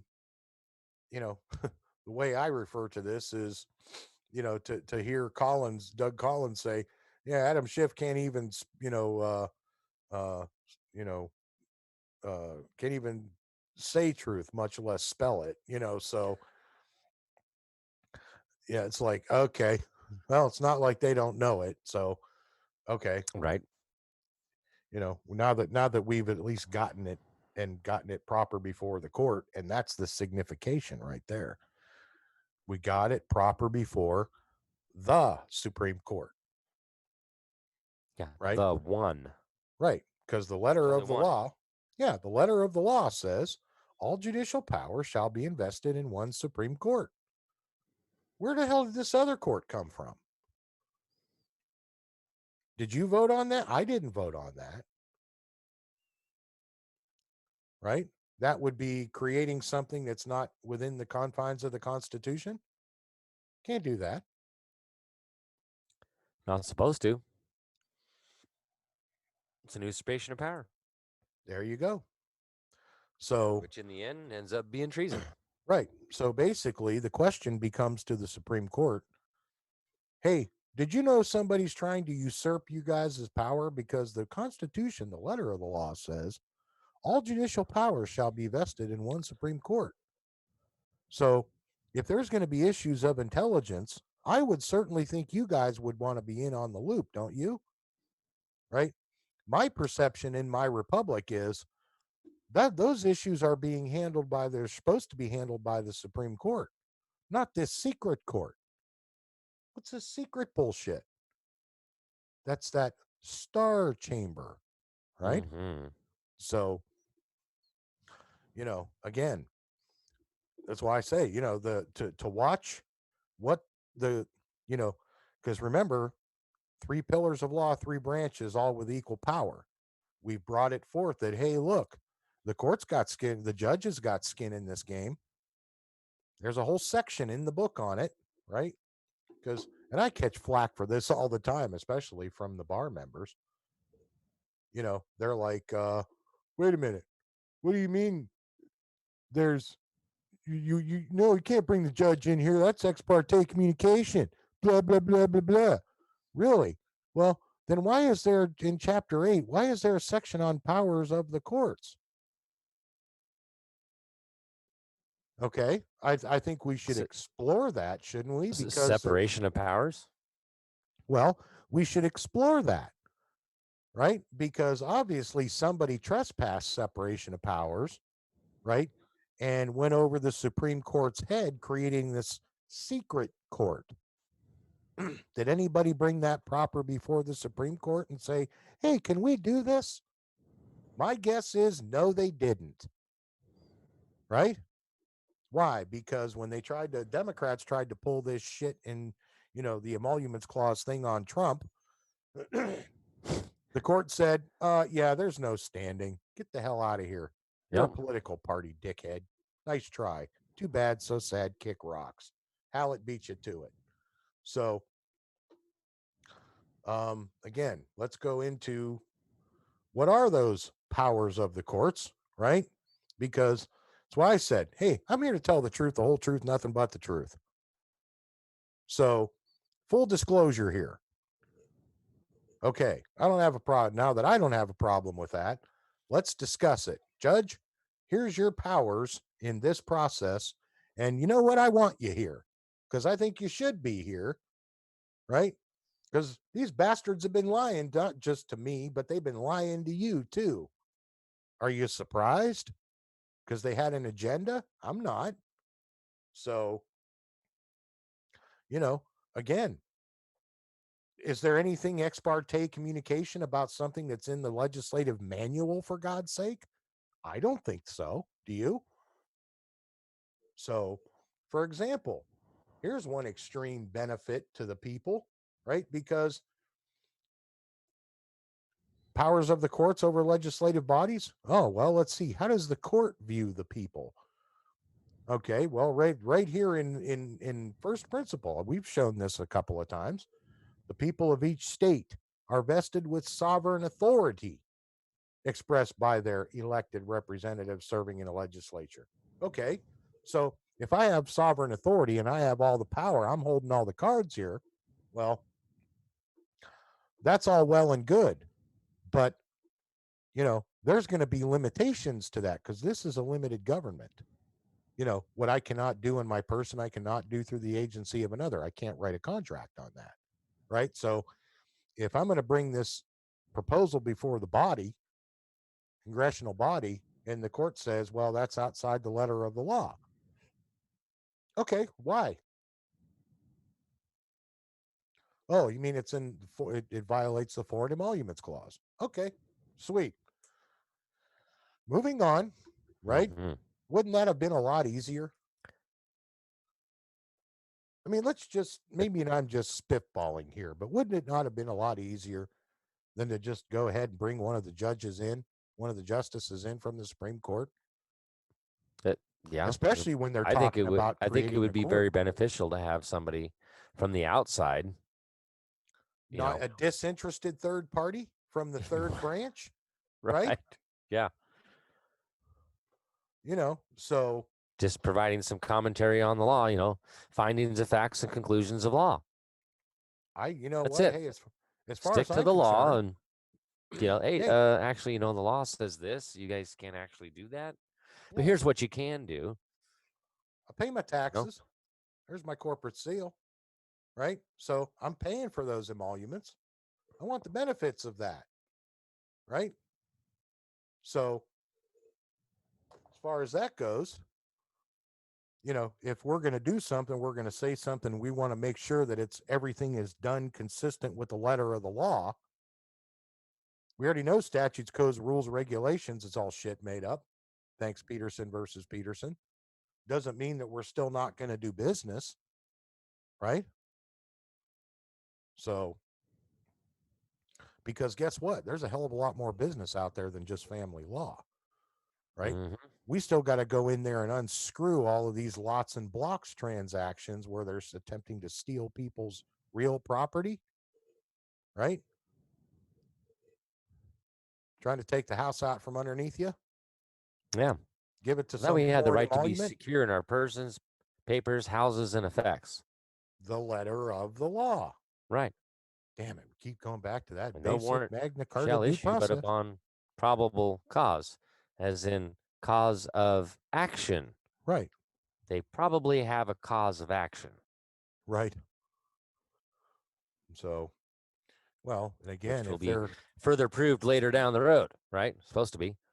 well, what's one of the ways that you can I always laugh. I always think of one of the old Star Trek movies when Scotty, had sabotaged the other ship and pulls these spark plugs with looking things out of his pocket and says, "Here, doctor, the more you overthink the plumbing, the easier it is to stop up the drain." So, and that's exactly what they do in these real property transactions.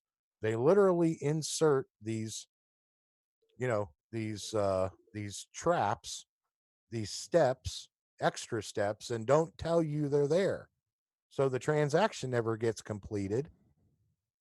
And oh, you defaulted on your end of the transaction. What? Show me where that you disclose that. Oh, I don't have to do that. Really? Are you sure about that? Because there even has to be what's called a truth in lending statement. Now, you can we can argue about doll hairs all night long. I don't give a shit. But if we're going to make a calculation based on doll hairs or coffee beans, I don't give a damn what it is. There has to be a truth in lending statement. How many doll hairs or coffee beans are we going to end up paying for this damn thing? Right? So if there's going to be a truth in lending statement, there should also be somewhere in there a truth in process statement, I would think.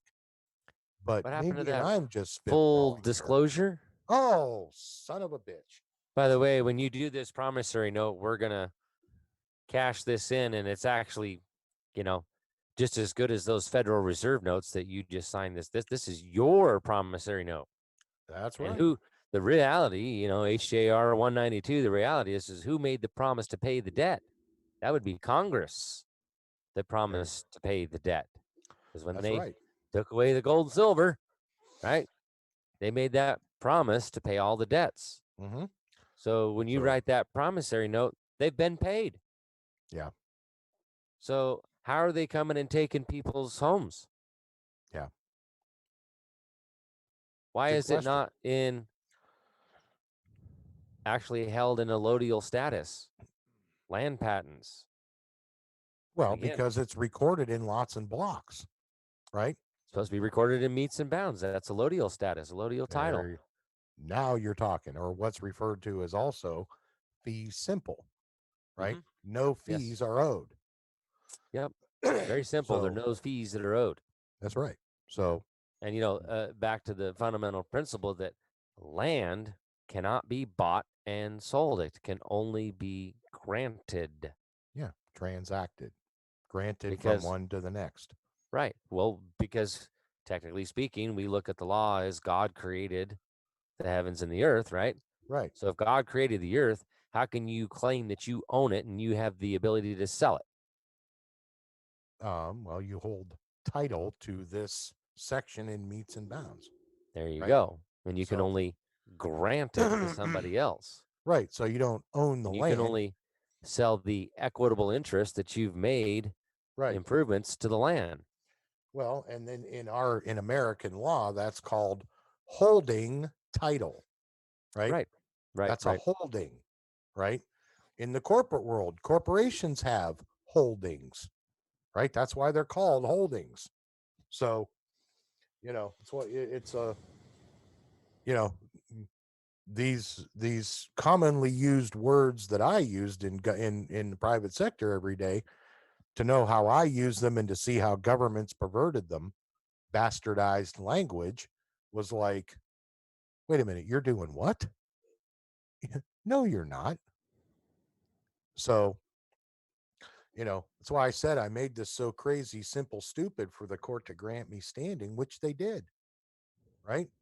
It's like, yeah, we know that there's a problem here. Okay, well, now we have this issue with foreign emoluments. Now that we've got that out there on the, out there right there in the center of the Senate floor, that's kind of the elephant in the room right now, isn't it?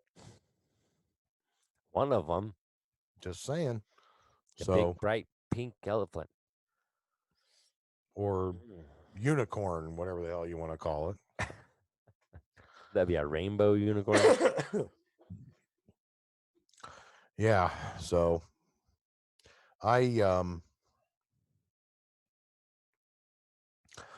well, yeah, I mean, and you got to understand, what's the purpose of the company. Somebody on YouTube says they have holding companies too. Yeah. And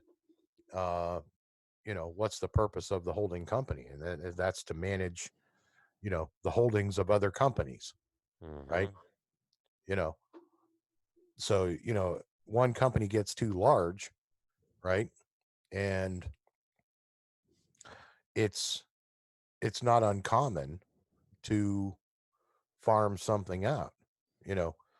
Um, for example, large corporations that have, thousands of employees, they subcontract out the job of payroll to a payroll company, because it's just cheaper to pay a payroll company that does nothing but payroll. It's all they do, right? And they manage that element of the relationship between the employer and the employee. Is it problematic? It could be. But, you know, again, that's why you have to make, you know, you have to make darn sure that it's being utilized and managed properly.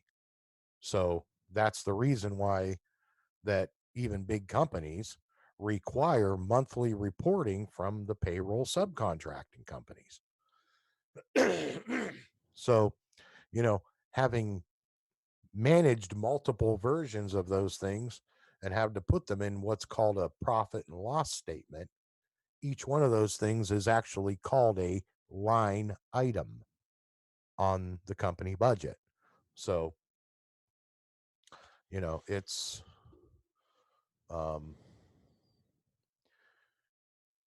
to watch all this stuff happen, was like, oh yeah, I know how you're supposed to be doing this and how you're doing this.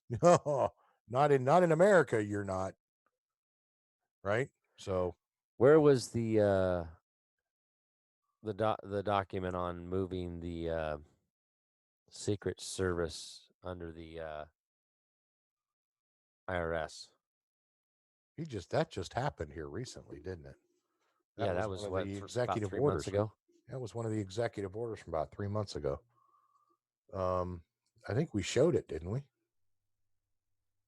I want to say we did, but I'm trying to remember.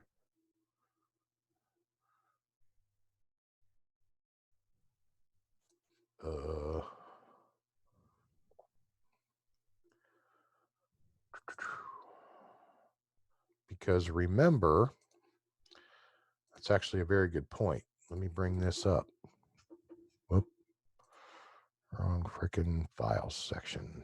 I need this. I need this. Oh no, I do want to go back here. Because remember, quid pro quo, reciprocity. Where the hell was it? Republican. Here it is.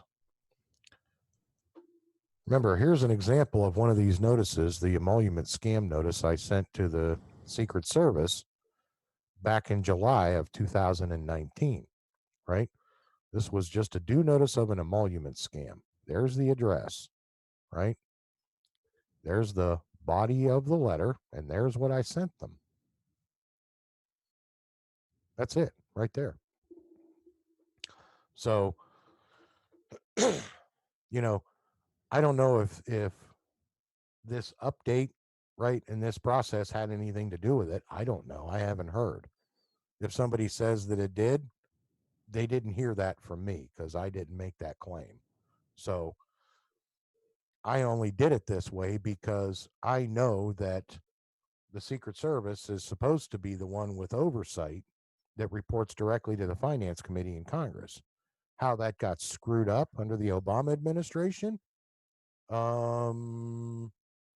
there's part of the proof of the bureaucracy of the intended purpose to fuck everything up, right? Change alter our form of government, right? Yeah. Abolish our most valuable charters, right? Or I'm sorry, take away our most valuable charters and alter fundamentally the forms of our government. It's a declared conduct of a tyrant, and according to the Declaration of Independence. I found the one on the DOD. Okay. So let's see if I can share that. Okay. This document got sent up through the Finance Committee. Let's see what happens. Balance was zeroed. That's the answer to the question on YouTube. So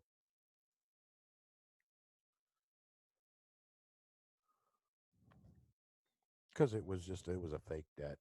Shit made up. Yeah, I don't think it wants to.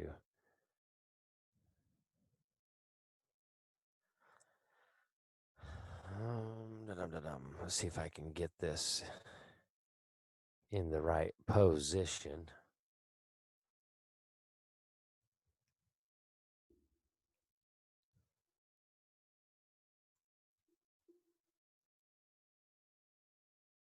Okay, I'll do my best here to get it both for Facebook and YouTube.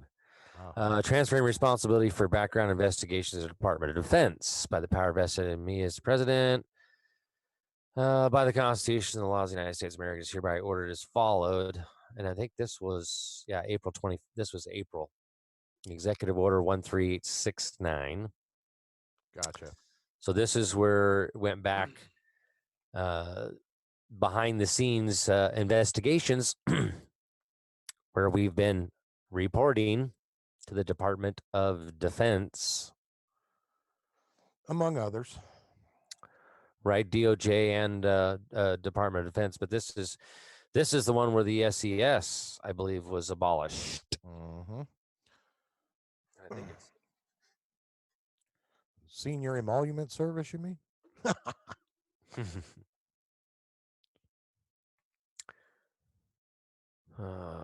Bureaus is continue to perform background investigations for the Defense Counterintelligence and Security Agency. Oh, you got Facebook back up and running again. Yay. Yeah, I just ran it through this one machine and just did it through Zoom the old way. But there you go. There's the executive order for transferring power to the Department of Defense. And I believe it does talk about the SES in this particular executive order right here. Right. I'm just trying to look for it.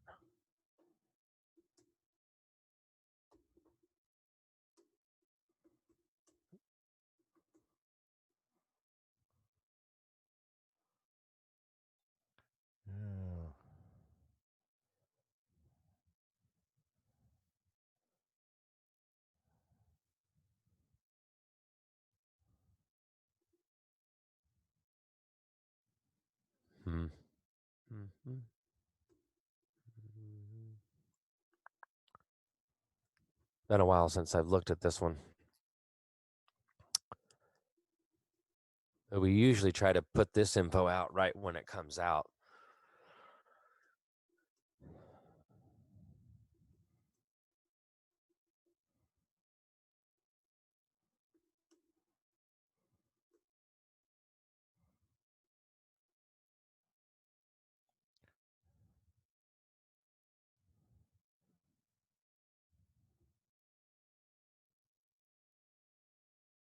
Yeah, there's one of them.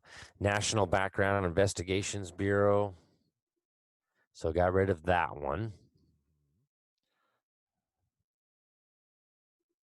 Defense Counterintelligence and Security Agency.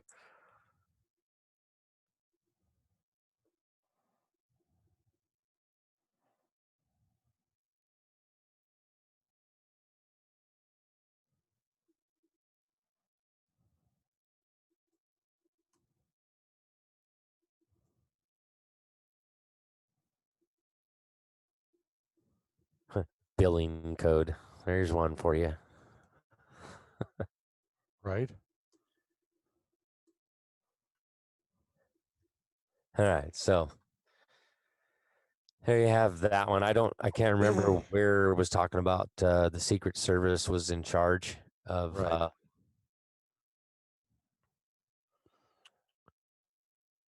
Was that 96? executive order.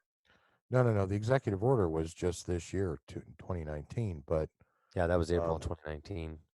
I think it may have been created in prior to 96. It might have been right around 95, 94, 95. So. What is this one? Improving federal contractor operations. Or no, I take that back. By revoking. No, it happened after 9/11 of 01. Yeah, that's right. Because the DNI was created. Remember, Nunez was just talking about the reason for creating the DNI was to streamline vetting people. So, matter of fact, I wonder if I still have that.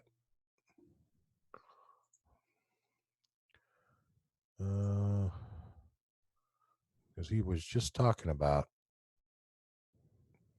or no, maybe we didn't get to that yet. Are you going to share again?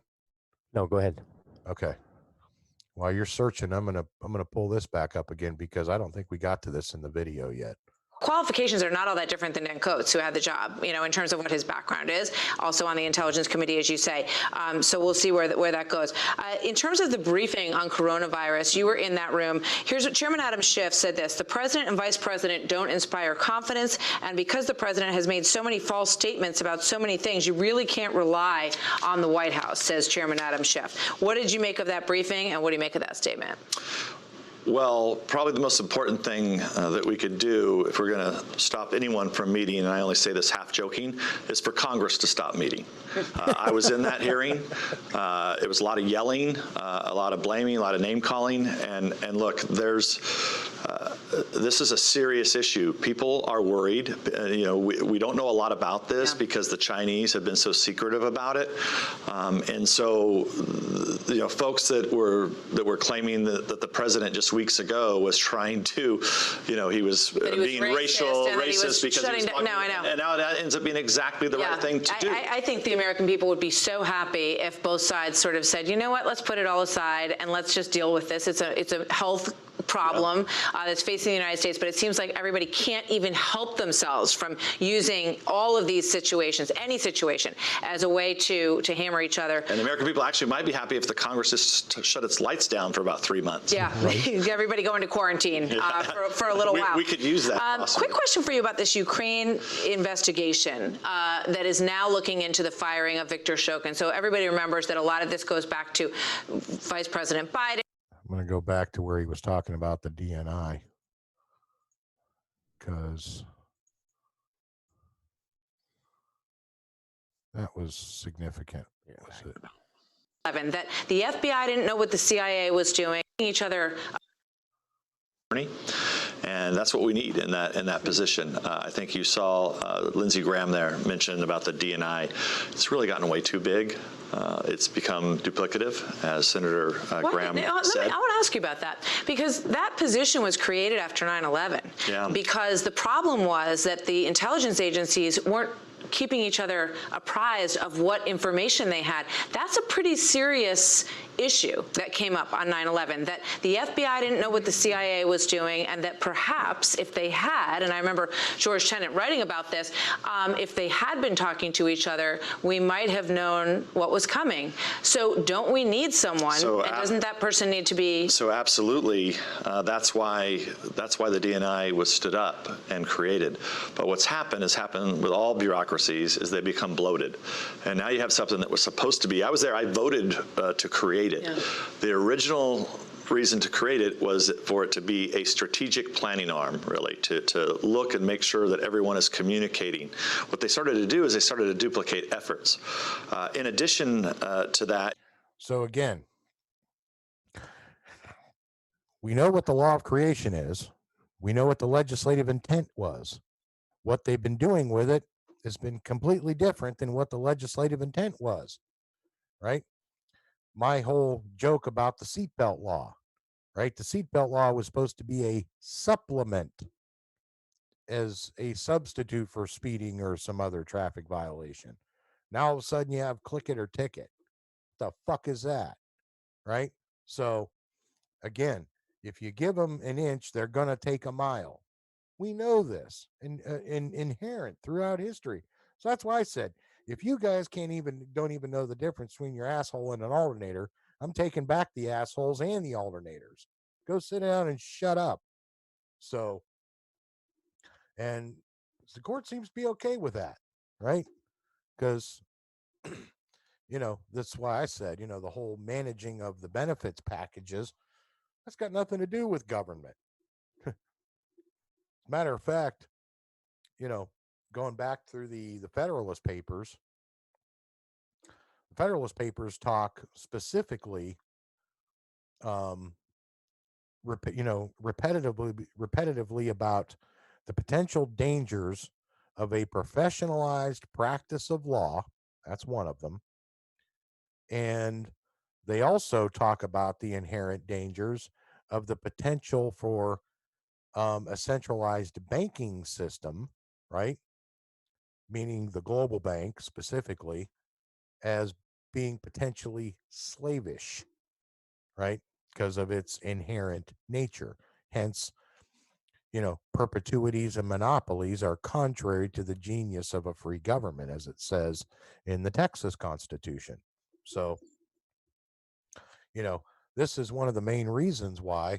I thought I was done sharing that, but that's one of the main fundamental reasons why. When I go through and I say, look, these are all things that we already know and we've already acquiesced to.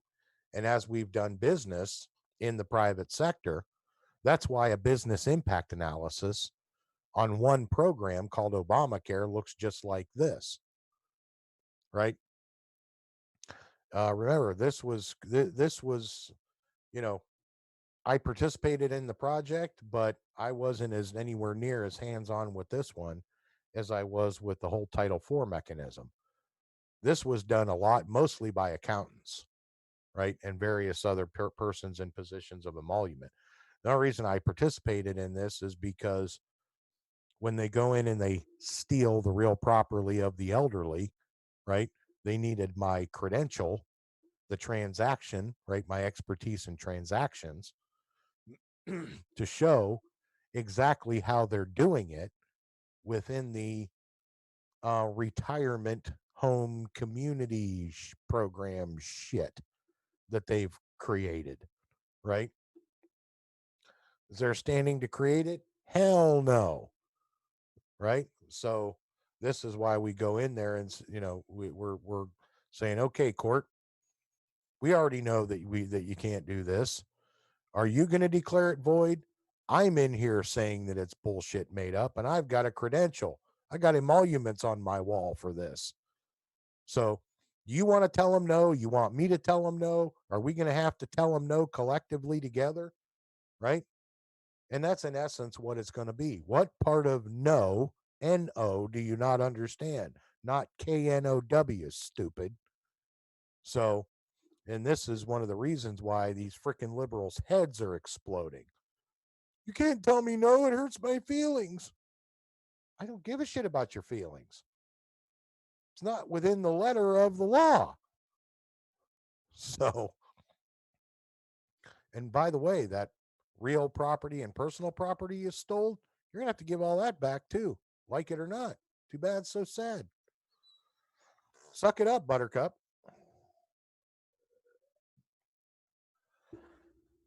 But, you know, I think the one thing I like, you know, I pay specific attention to specific actors because, you know, I do watch as many of them as I possibly can. But, you know, when it comes to, you know, paying attention to what's going on, especially in the intelligence community, right? That Five Eyes intelligence, that 5-pillar bullshit, that's in the intelligence community. Those are those foreign emoluments. That's exactly who I'm going after. Right? That foreign ideology. Get that bullshit out of here. So, you know, that's one of the main reasons why I focus on that foreign bullshit. Right? So, did you find it? What you were looking for? No, I just took a break. Oh, okay. Yeah. Yeah, Ron, you're right. Well, that's what I was saying earlier. You know, these people want to spend money on something. They want to go do something. I'll get a job for you. Go pull those nuclear rods out of the Pacific Ocean and begin cleaning up the North Pacific Gyre. And there's one in the South Atlantic too, I think. Those big garbage islands that have formed out there in the middle of the water.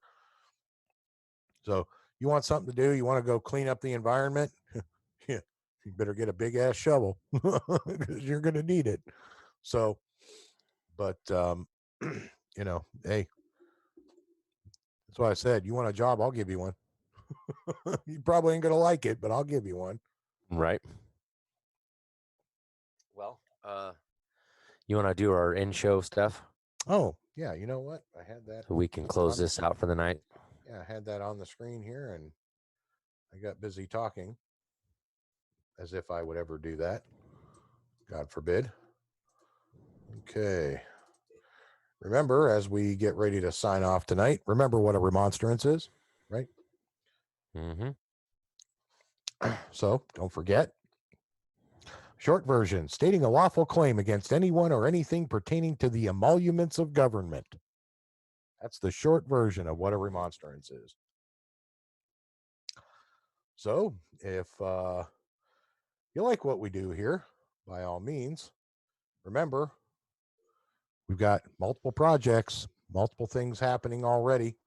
I got return paperwork already coming in the mail. Some of it is just, okay, we got X, we need Y and Z. So that's kind of what's going on in California. And give us your X. money. Yeah. Well, and they got, yeah, that's why I said the they money. got X. They got cashed the the check. money. Yeah. Yeah, they got the money. So did New York. So now it's just we have to go through the paperwork end of that. But so California, here we come. Yeah. So, you know, it's coming. So it is coming. That's how you donate to Kirk, right? Want to go ahead and, if you feel compelled to help support what we're doing over here, you can send a postal money order, cashier's check, regular money order, cash wrapped in aluminum foil, however you see fit, over there to the office, 6477 West Fairview Avenue, Suite C. That's Charlie. Boise, Idaho, 83705. If you'd like to go through PayPal, that's my PayPal is Kirk_Pendergrass@hotmail.com. If you have Cash App, you can use that. There's the $ KPen71. Doll hairs. Doll hair sign. Right. So appreciate those that have provided support. And if you want to send books or shirts, I'll wear them. I'll read them. Because reading means reading. You betcha. I get them all the time, too. I still need to get the fraternity. That's definitely one I'd like to have. Yeah. Good book. Good book. I've quoted it a few times in some of the documents I've run, especially when it comes to the real property stuff, Right. because that's where it's really significant. So if you want to help us with any of the projects that we've got going on, here through the office directly, you can send them to me through a 16062 Southwest 34 Court Road, Ocala, Florida 34473. There's my email, which is also my PayPal. Right, I'm trying to keep this stuff as simple for you guys as I can, because I know I'm simple. At least I try to keep it simple. Prevents a lot of that bureaucratic nonsense that Devin Nunes was just talking about, right? Try to stick with the legislative intent here and just use it for what it was intended for, right? So because that's in essence, that's exactly what we want to do, right? We want to, form that more perfect union. I'll stay in my lane. I know what my lane is. 28 Right. USC Right. 1443. That's my lane, and I ain't deviating from it, right? Because I already know what equal justice. So and that's, by the way, that's one R, not two. So right, we love Barr. We love the guy with two R's. So just that one of my favorite jokes about Bill.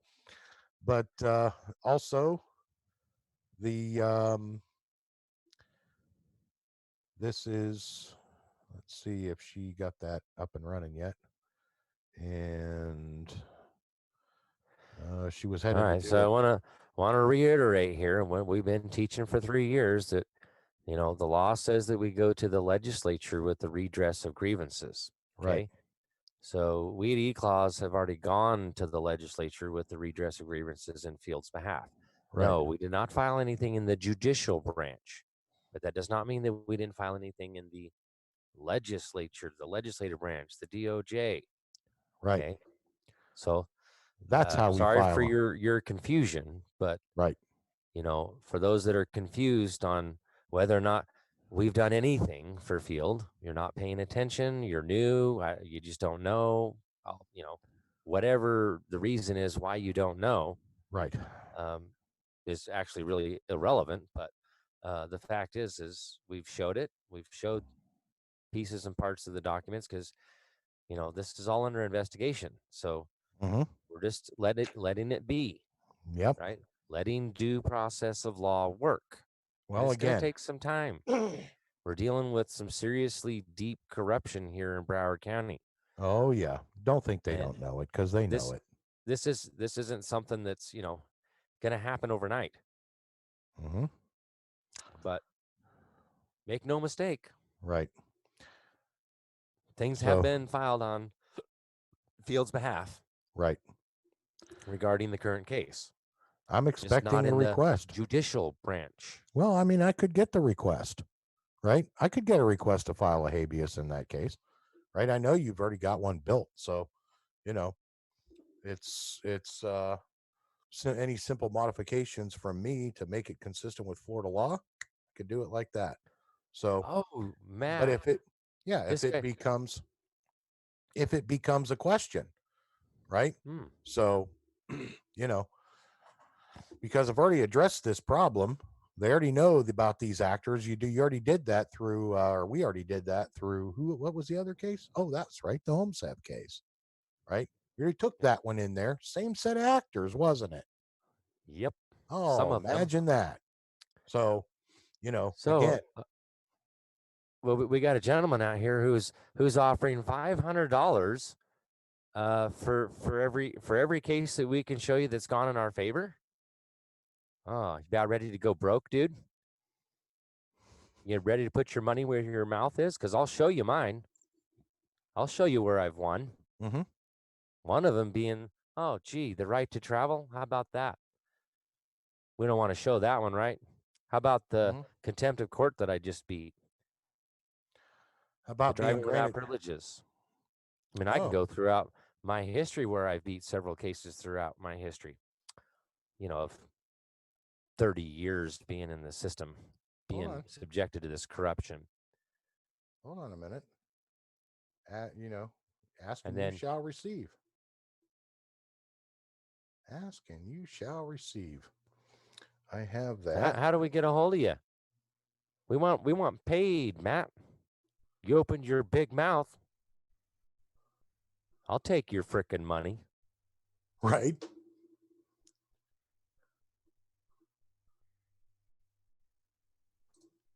Come on, damn it. Aha, here it is. Whoops. There we are. As soon as it starts up. There it is. Well, yeah, that's a win, right? When a case is dismissed, you win. Well, how about a standing mandate? Right? I went in there and kicked their ass. Said, you know what? You can't act on behalf of her because you don't have standing to do that. You're a foreign emolument. Right? Because that's what it's about. The standing. Who's standing where? Are we done with this yet? I'm not done with it yet. I'm not done kicking their ass. I want this Sharia shit out of here. All of it. So once Title IV is repealed, once Obamacare is repealed, once the Five Eyes bullshit is repealed, right? Those foreign emoluments are gone, right? That's the standing here, right? So that's why I said, hell yeah. What does that say? Follow the letter of the law and the rules of the court. Guess what? I can handle that. I'm really good at this. I've been doing this job a long time. So, you know, when it became a question of, okay, Judge, what do you need from me? And they went, wait, what? I said, yeah, what do you need from me? We already know that there's no jurisdiction for this bullshit. We already acquiesced to that how many times? Okay, well, what do you need from me to fix the problem? Well, here, follow the letter of the law and the rules of the court as you go up through. And oh, we're going to correct the standing because they keep saying it's them versus us. And the court says, oh, no, it's not. It's you versus them if you're going to play Monopoly Corporation, right? So, you know, again, come on, keep bringing it. Let's go. I'm ready. Well, what about your child support case? How that one What got? about it? Gone. And the domestic violence one? Gone. Yeah, the one the trolls keep showing out there that you got, mugshot on. They That's clearly not, aren't paying attention to how it got again, expunged, that's the overturned. fake news, right? Because when they arrested me, that had nothing to do with domestic violence. That was Right. the Sharia law, the Muslim up here Yep. in Ocala. Right. I kicked his ass. Mm-hmm. Mm-hmm. So, yeah, I know who my enemy is. So that's why I said these trolls go back off in your own backyard. Anyway, so the we know what we're doing. We're damn good at this. So, which is specifically why I created this company to do one job: be investigated. That's what it's done. That's the reason it's here. So when I file a report, right, it's under mandatory investigation, mandatory oversight. Were you smart enough to be able to know how to do that? Probably not. So what do you think I'm teaching everybody to know who said, hey, I didn't do anything wrong? Oh, you want to get heard in Congress? Watch this. So that's why take control of your corporation, right? It's yours. It belongs to you. Why are you letting some idiot foreign emolument take advantage of it? You take it, you manage it, and you manipulate it and do with it what you want to do with it. If you screw up, they'll let you know. So, that's why I said I think it's funny as hell. But Oh yeah, these guys, they don't know what the hell they're doing. So anyway, I think we've screwed over enough trolls for a Friday night fun night. What do you think, brother? Yeah, I think it's good. So yeah, we're gonna hang out in the after show, shoot the shit a little bit. I'm gonna get a hold of this Friday Matt night. guy and hold him accountable. Yeah, I'll send you Matt, and I'll send you my cases that I've won. and Matt owes me $500. So He's gonna owe me more than 500 because I've got a list of wins in my. well, my I'm not history. greedy. I'm not greedy. But he's another one of those loud mouths that probably wouldn't Mm-hmm. So when pay up. Right. He's Mhm. another one of those runs his mouth, pretends like he knows what he's talking about, and then right. will run with his tail tucked between his legs when it comes time to pay up. So, yeah. Yeah, Catherine's send this dweeb a bill.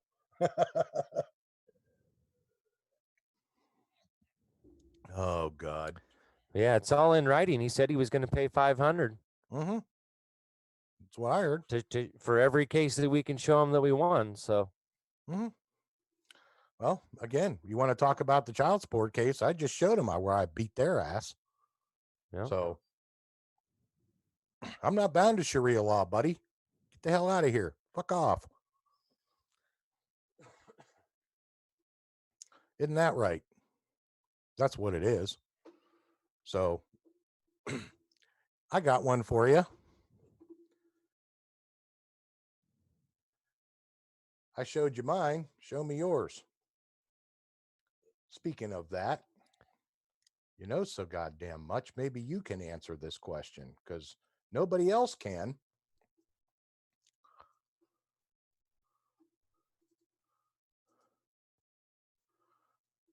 Who the hell is Welfare, State of Ohio? Right? Took $1,179.86 out of one. This is one transaction, by the way. Right. Right. So, and there were how many more of these? So, so I said, I'm just going to use just the one and say, okay, right? Of this one transaction, $1,526.49, right? Don't ask me where the current and the arrears, where the hell that bullshit came from. Probably that's them running a negative balance to keep you to keep you in the negative all the time, right? That Right. negative nexus.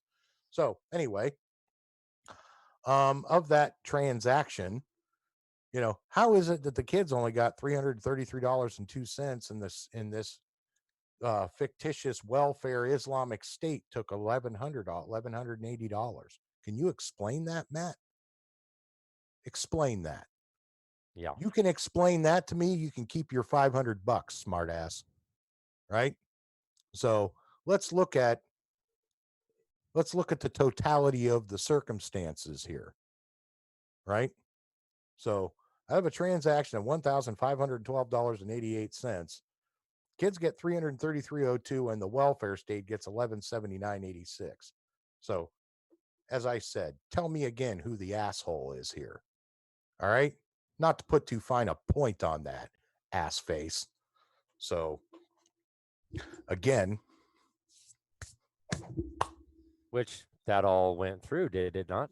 oh hell yeah, it did. And now that's where the mandate is the fact that the case style is you versus the Department of Revenue. And they tried to say, no, it's us against him. No. Wrong. It's not what the judge says. It's not what the judge. Oh, you failed to state a claim for which relief can we? No, clearly there's a claim here and there it is. We just showed the evidence that you guys just defrauded this man of $1,152. $1,179.86. Okay. Yep, that belonged to my ex-wife and my kids. I mean, it's supposed to be. I willingly paid it. Support. No, that's what it was supposed to be. That was the quid pro quo. Right. Right. So where's the reciprocity there? Can you show that? No, they can't. So again, people talking shit they know nothing about. I get the phone call hey, you said that you paid over $1,500. Here's the receipt. I only got $300. What? How the hell did you only get 300? Hey, don't look at me. Well, you know, Hey, you're the Lucy, one somebody going got some through. explaining to do. Well, hey, that's what I said. You know, if somebody's stealing from her, they're going to answer to her. And you know what they told her? Oh, you're the recipient. You can't even ask. Your ex-husband has to ask. They gave her that gatekeeper bullshit. And you know what really surprised me? She fell for it. Because this is the same woman who took a college professor and made a college professor change the entire grading scale over a semester final exam because she knew she was right and she could prove she was right. So that's the woman I want to talk. That's the woman I married. That's the one I want to talk to. Because I can tell you right now, when that woman comes out, I feel sorry for every one of you son of a bitches. And I mean every one of you. So, yeah, just saying. Let's see, there's one here.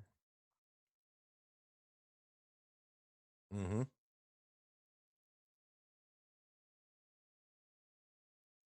Mm-hmm. You're right, Catherine. They want to pit the exes against each other. Guess what? We're too smart for that.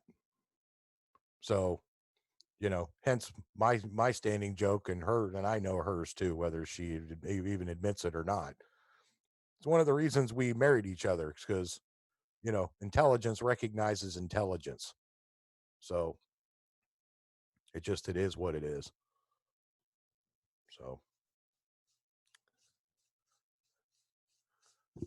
oh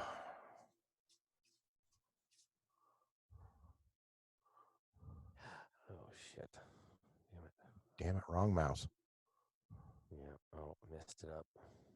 Dang it.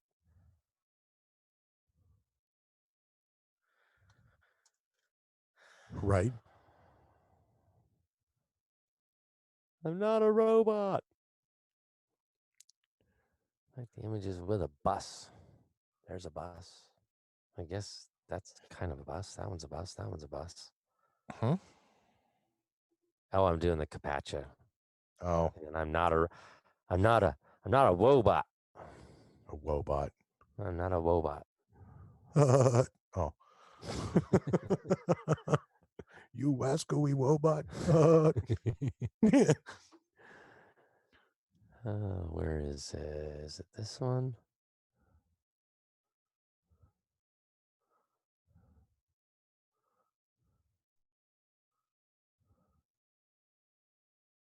All right. No, it's not that one.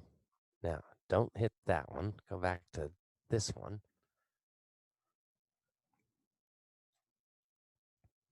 Oh, wait.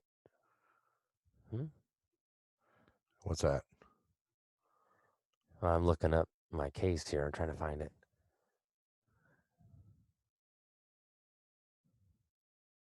This one? What are you trying to hunt? Yeah, it's got to be. What are you hunting there? Oh, there it is.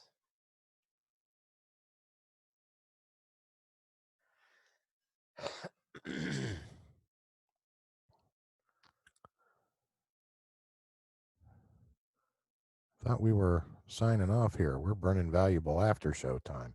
I know. Right.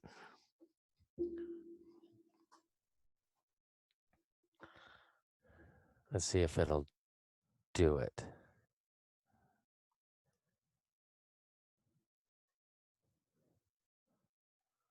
Oh, shit. There it is. Whammo. $500, please. There it is. Not guilty. I'll be damned. And what is that? 521.15. Driving without privileges, second offense, dismissed on motion of prosecutor. Why did the prosecutor do that? Well, I'll be damned. Bum, bum, bum, bum, bum. I mean, It took a little while,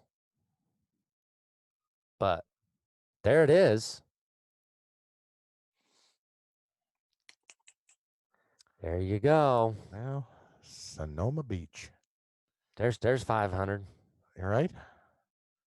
Pay up. There it is, baby. All right. So have a wonderful night. Have a wonderful weekend, folks.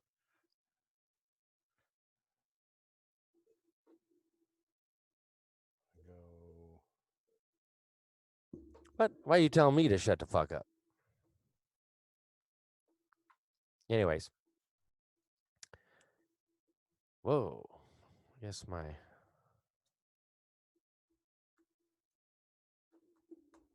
Oh, okay. That's what's going on. I was like, what?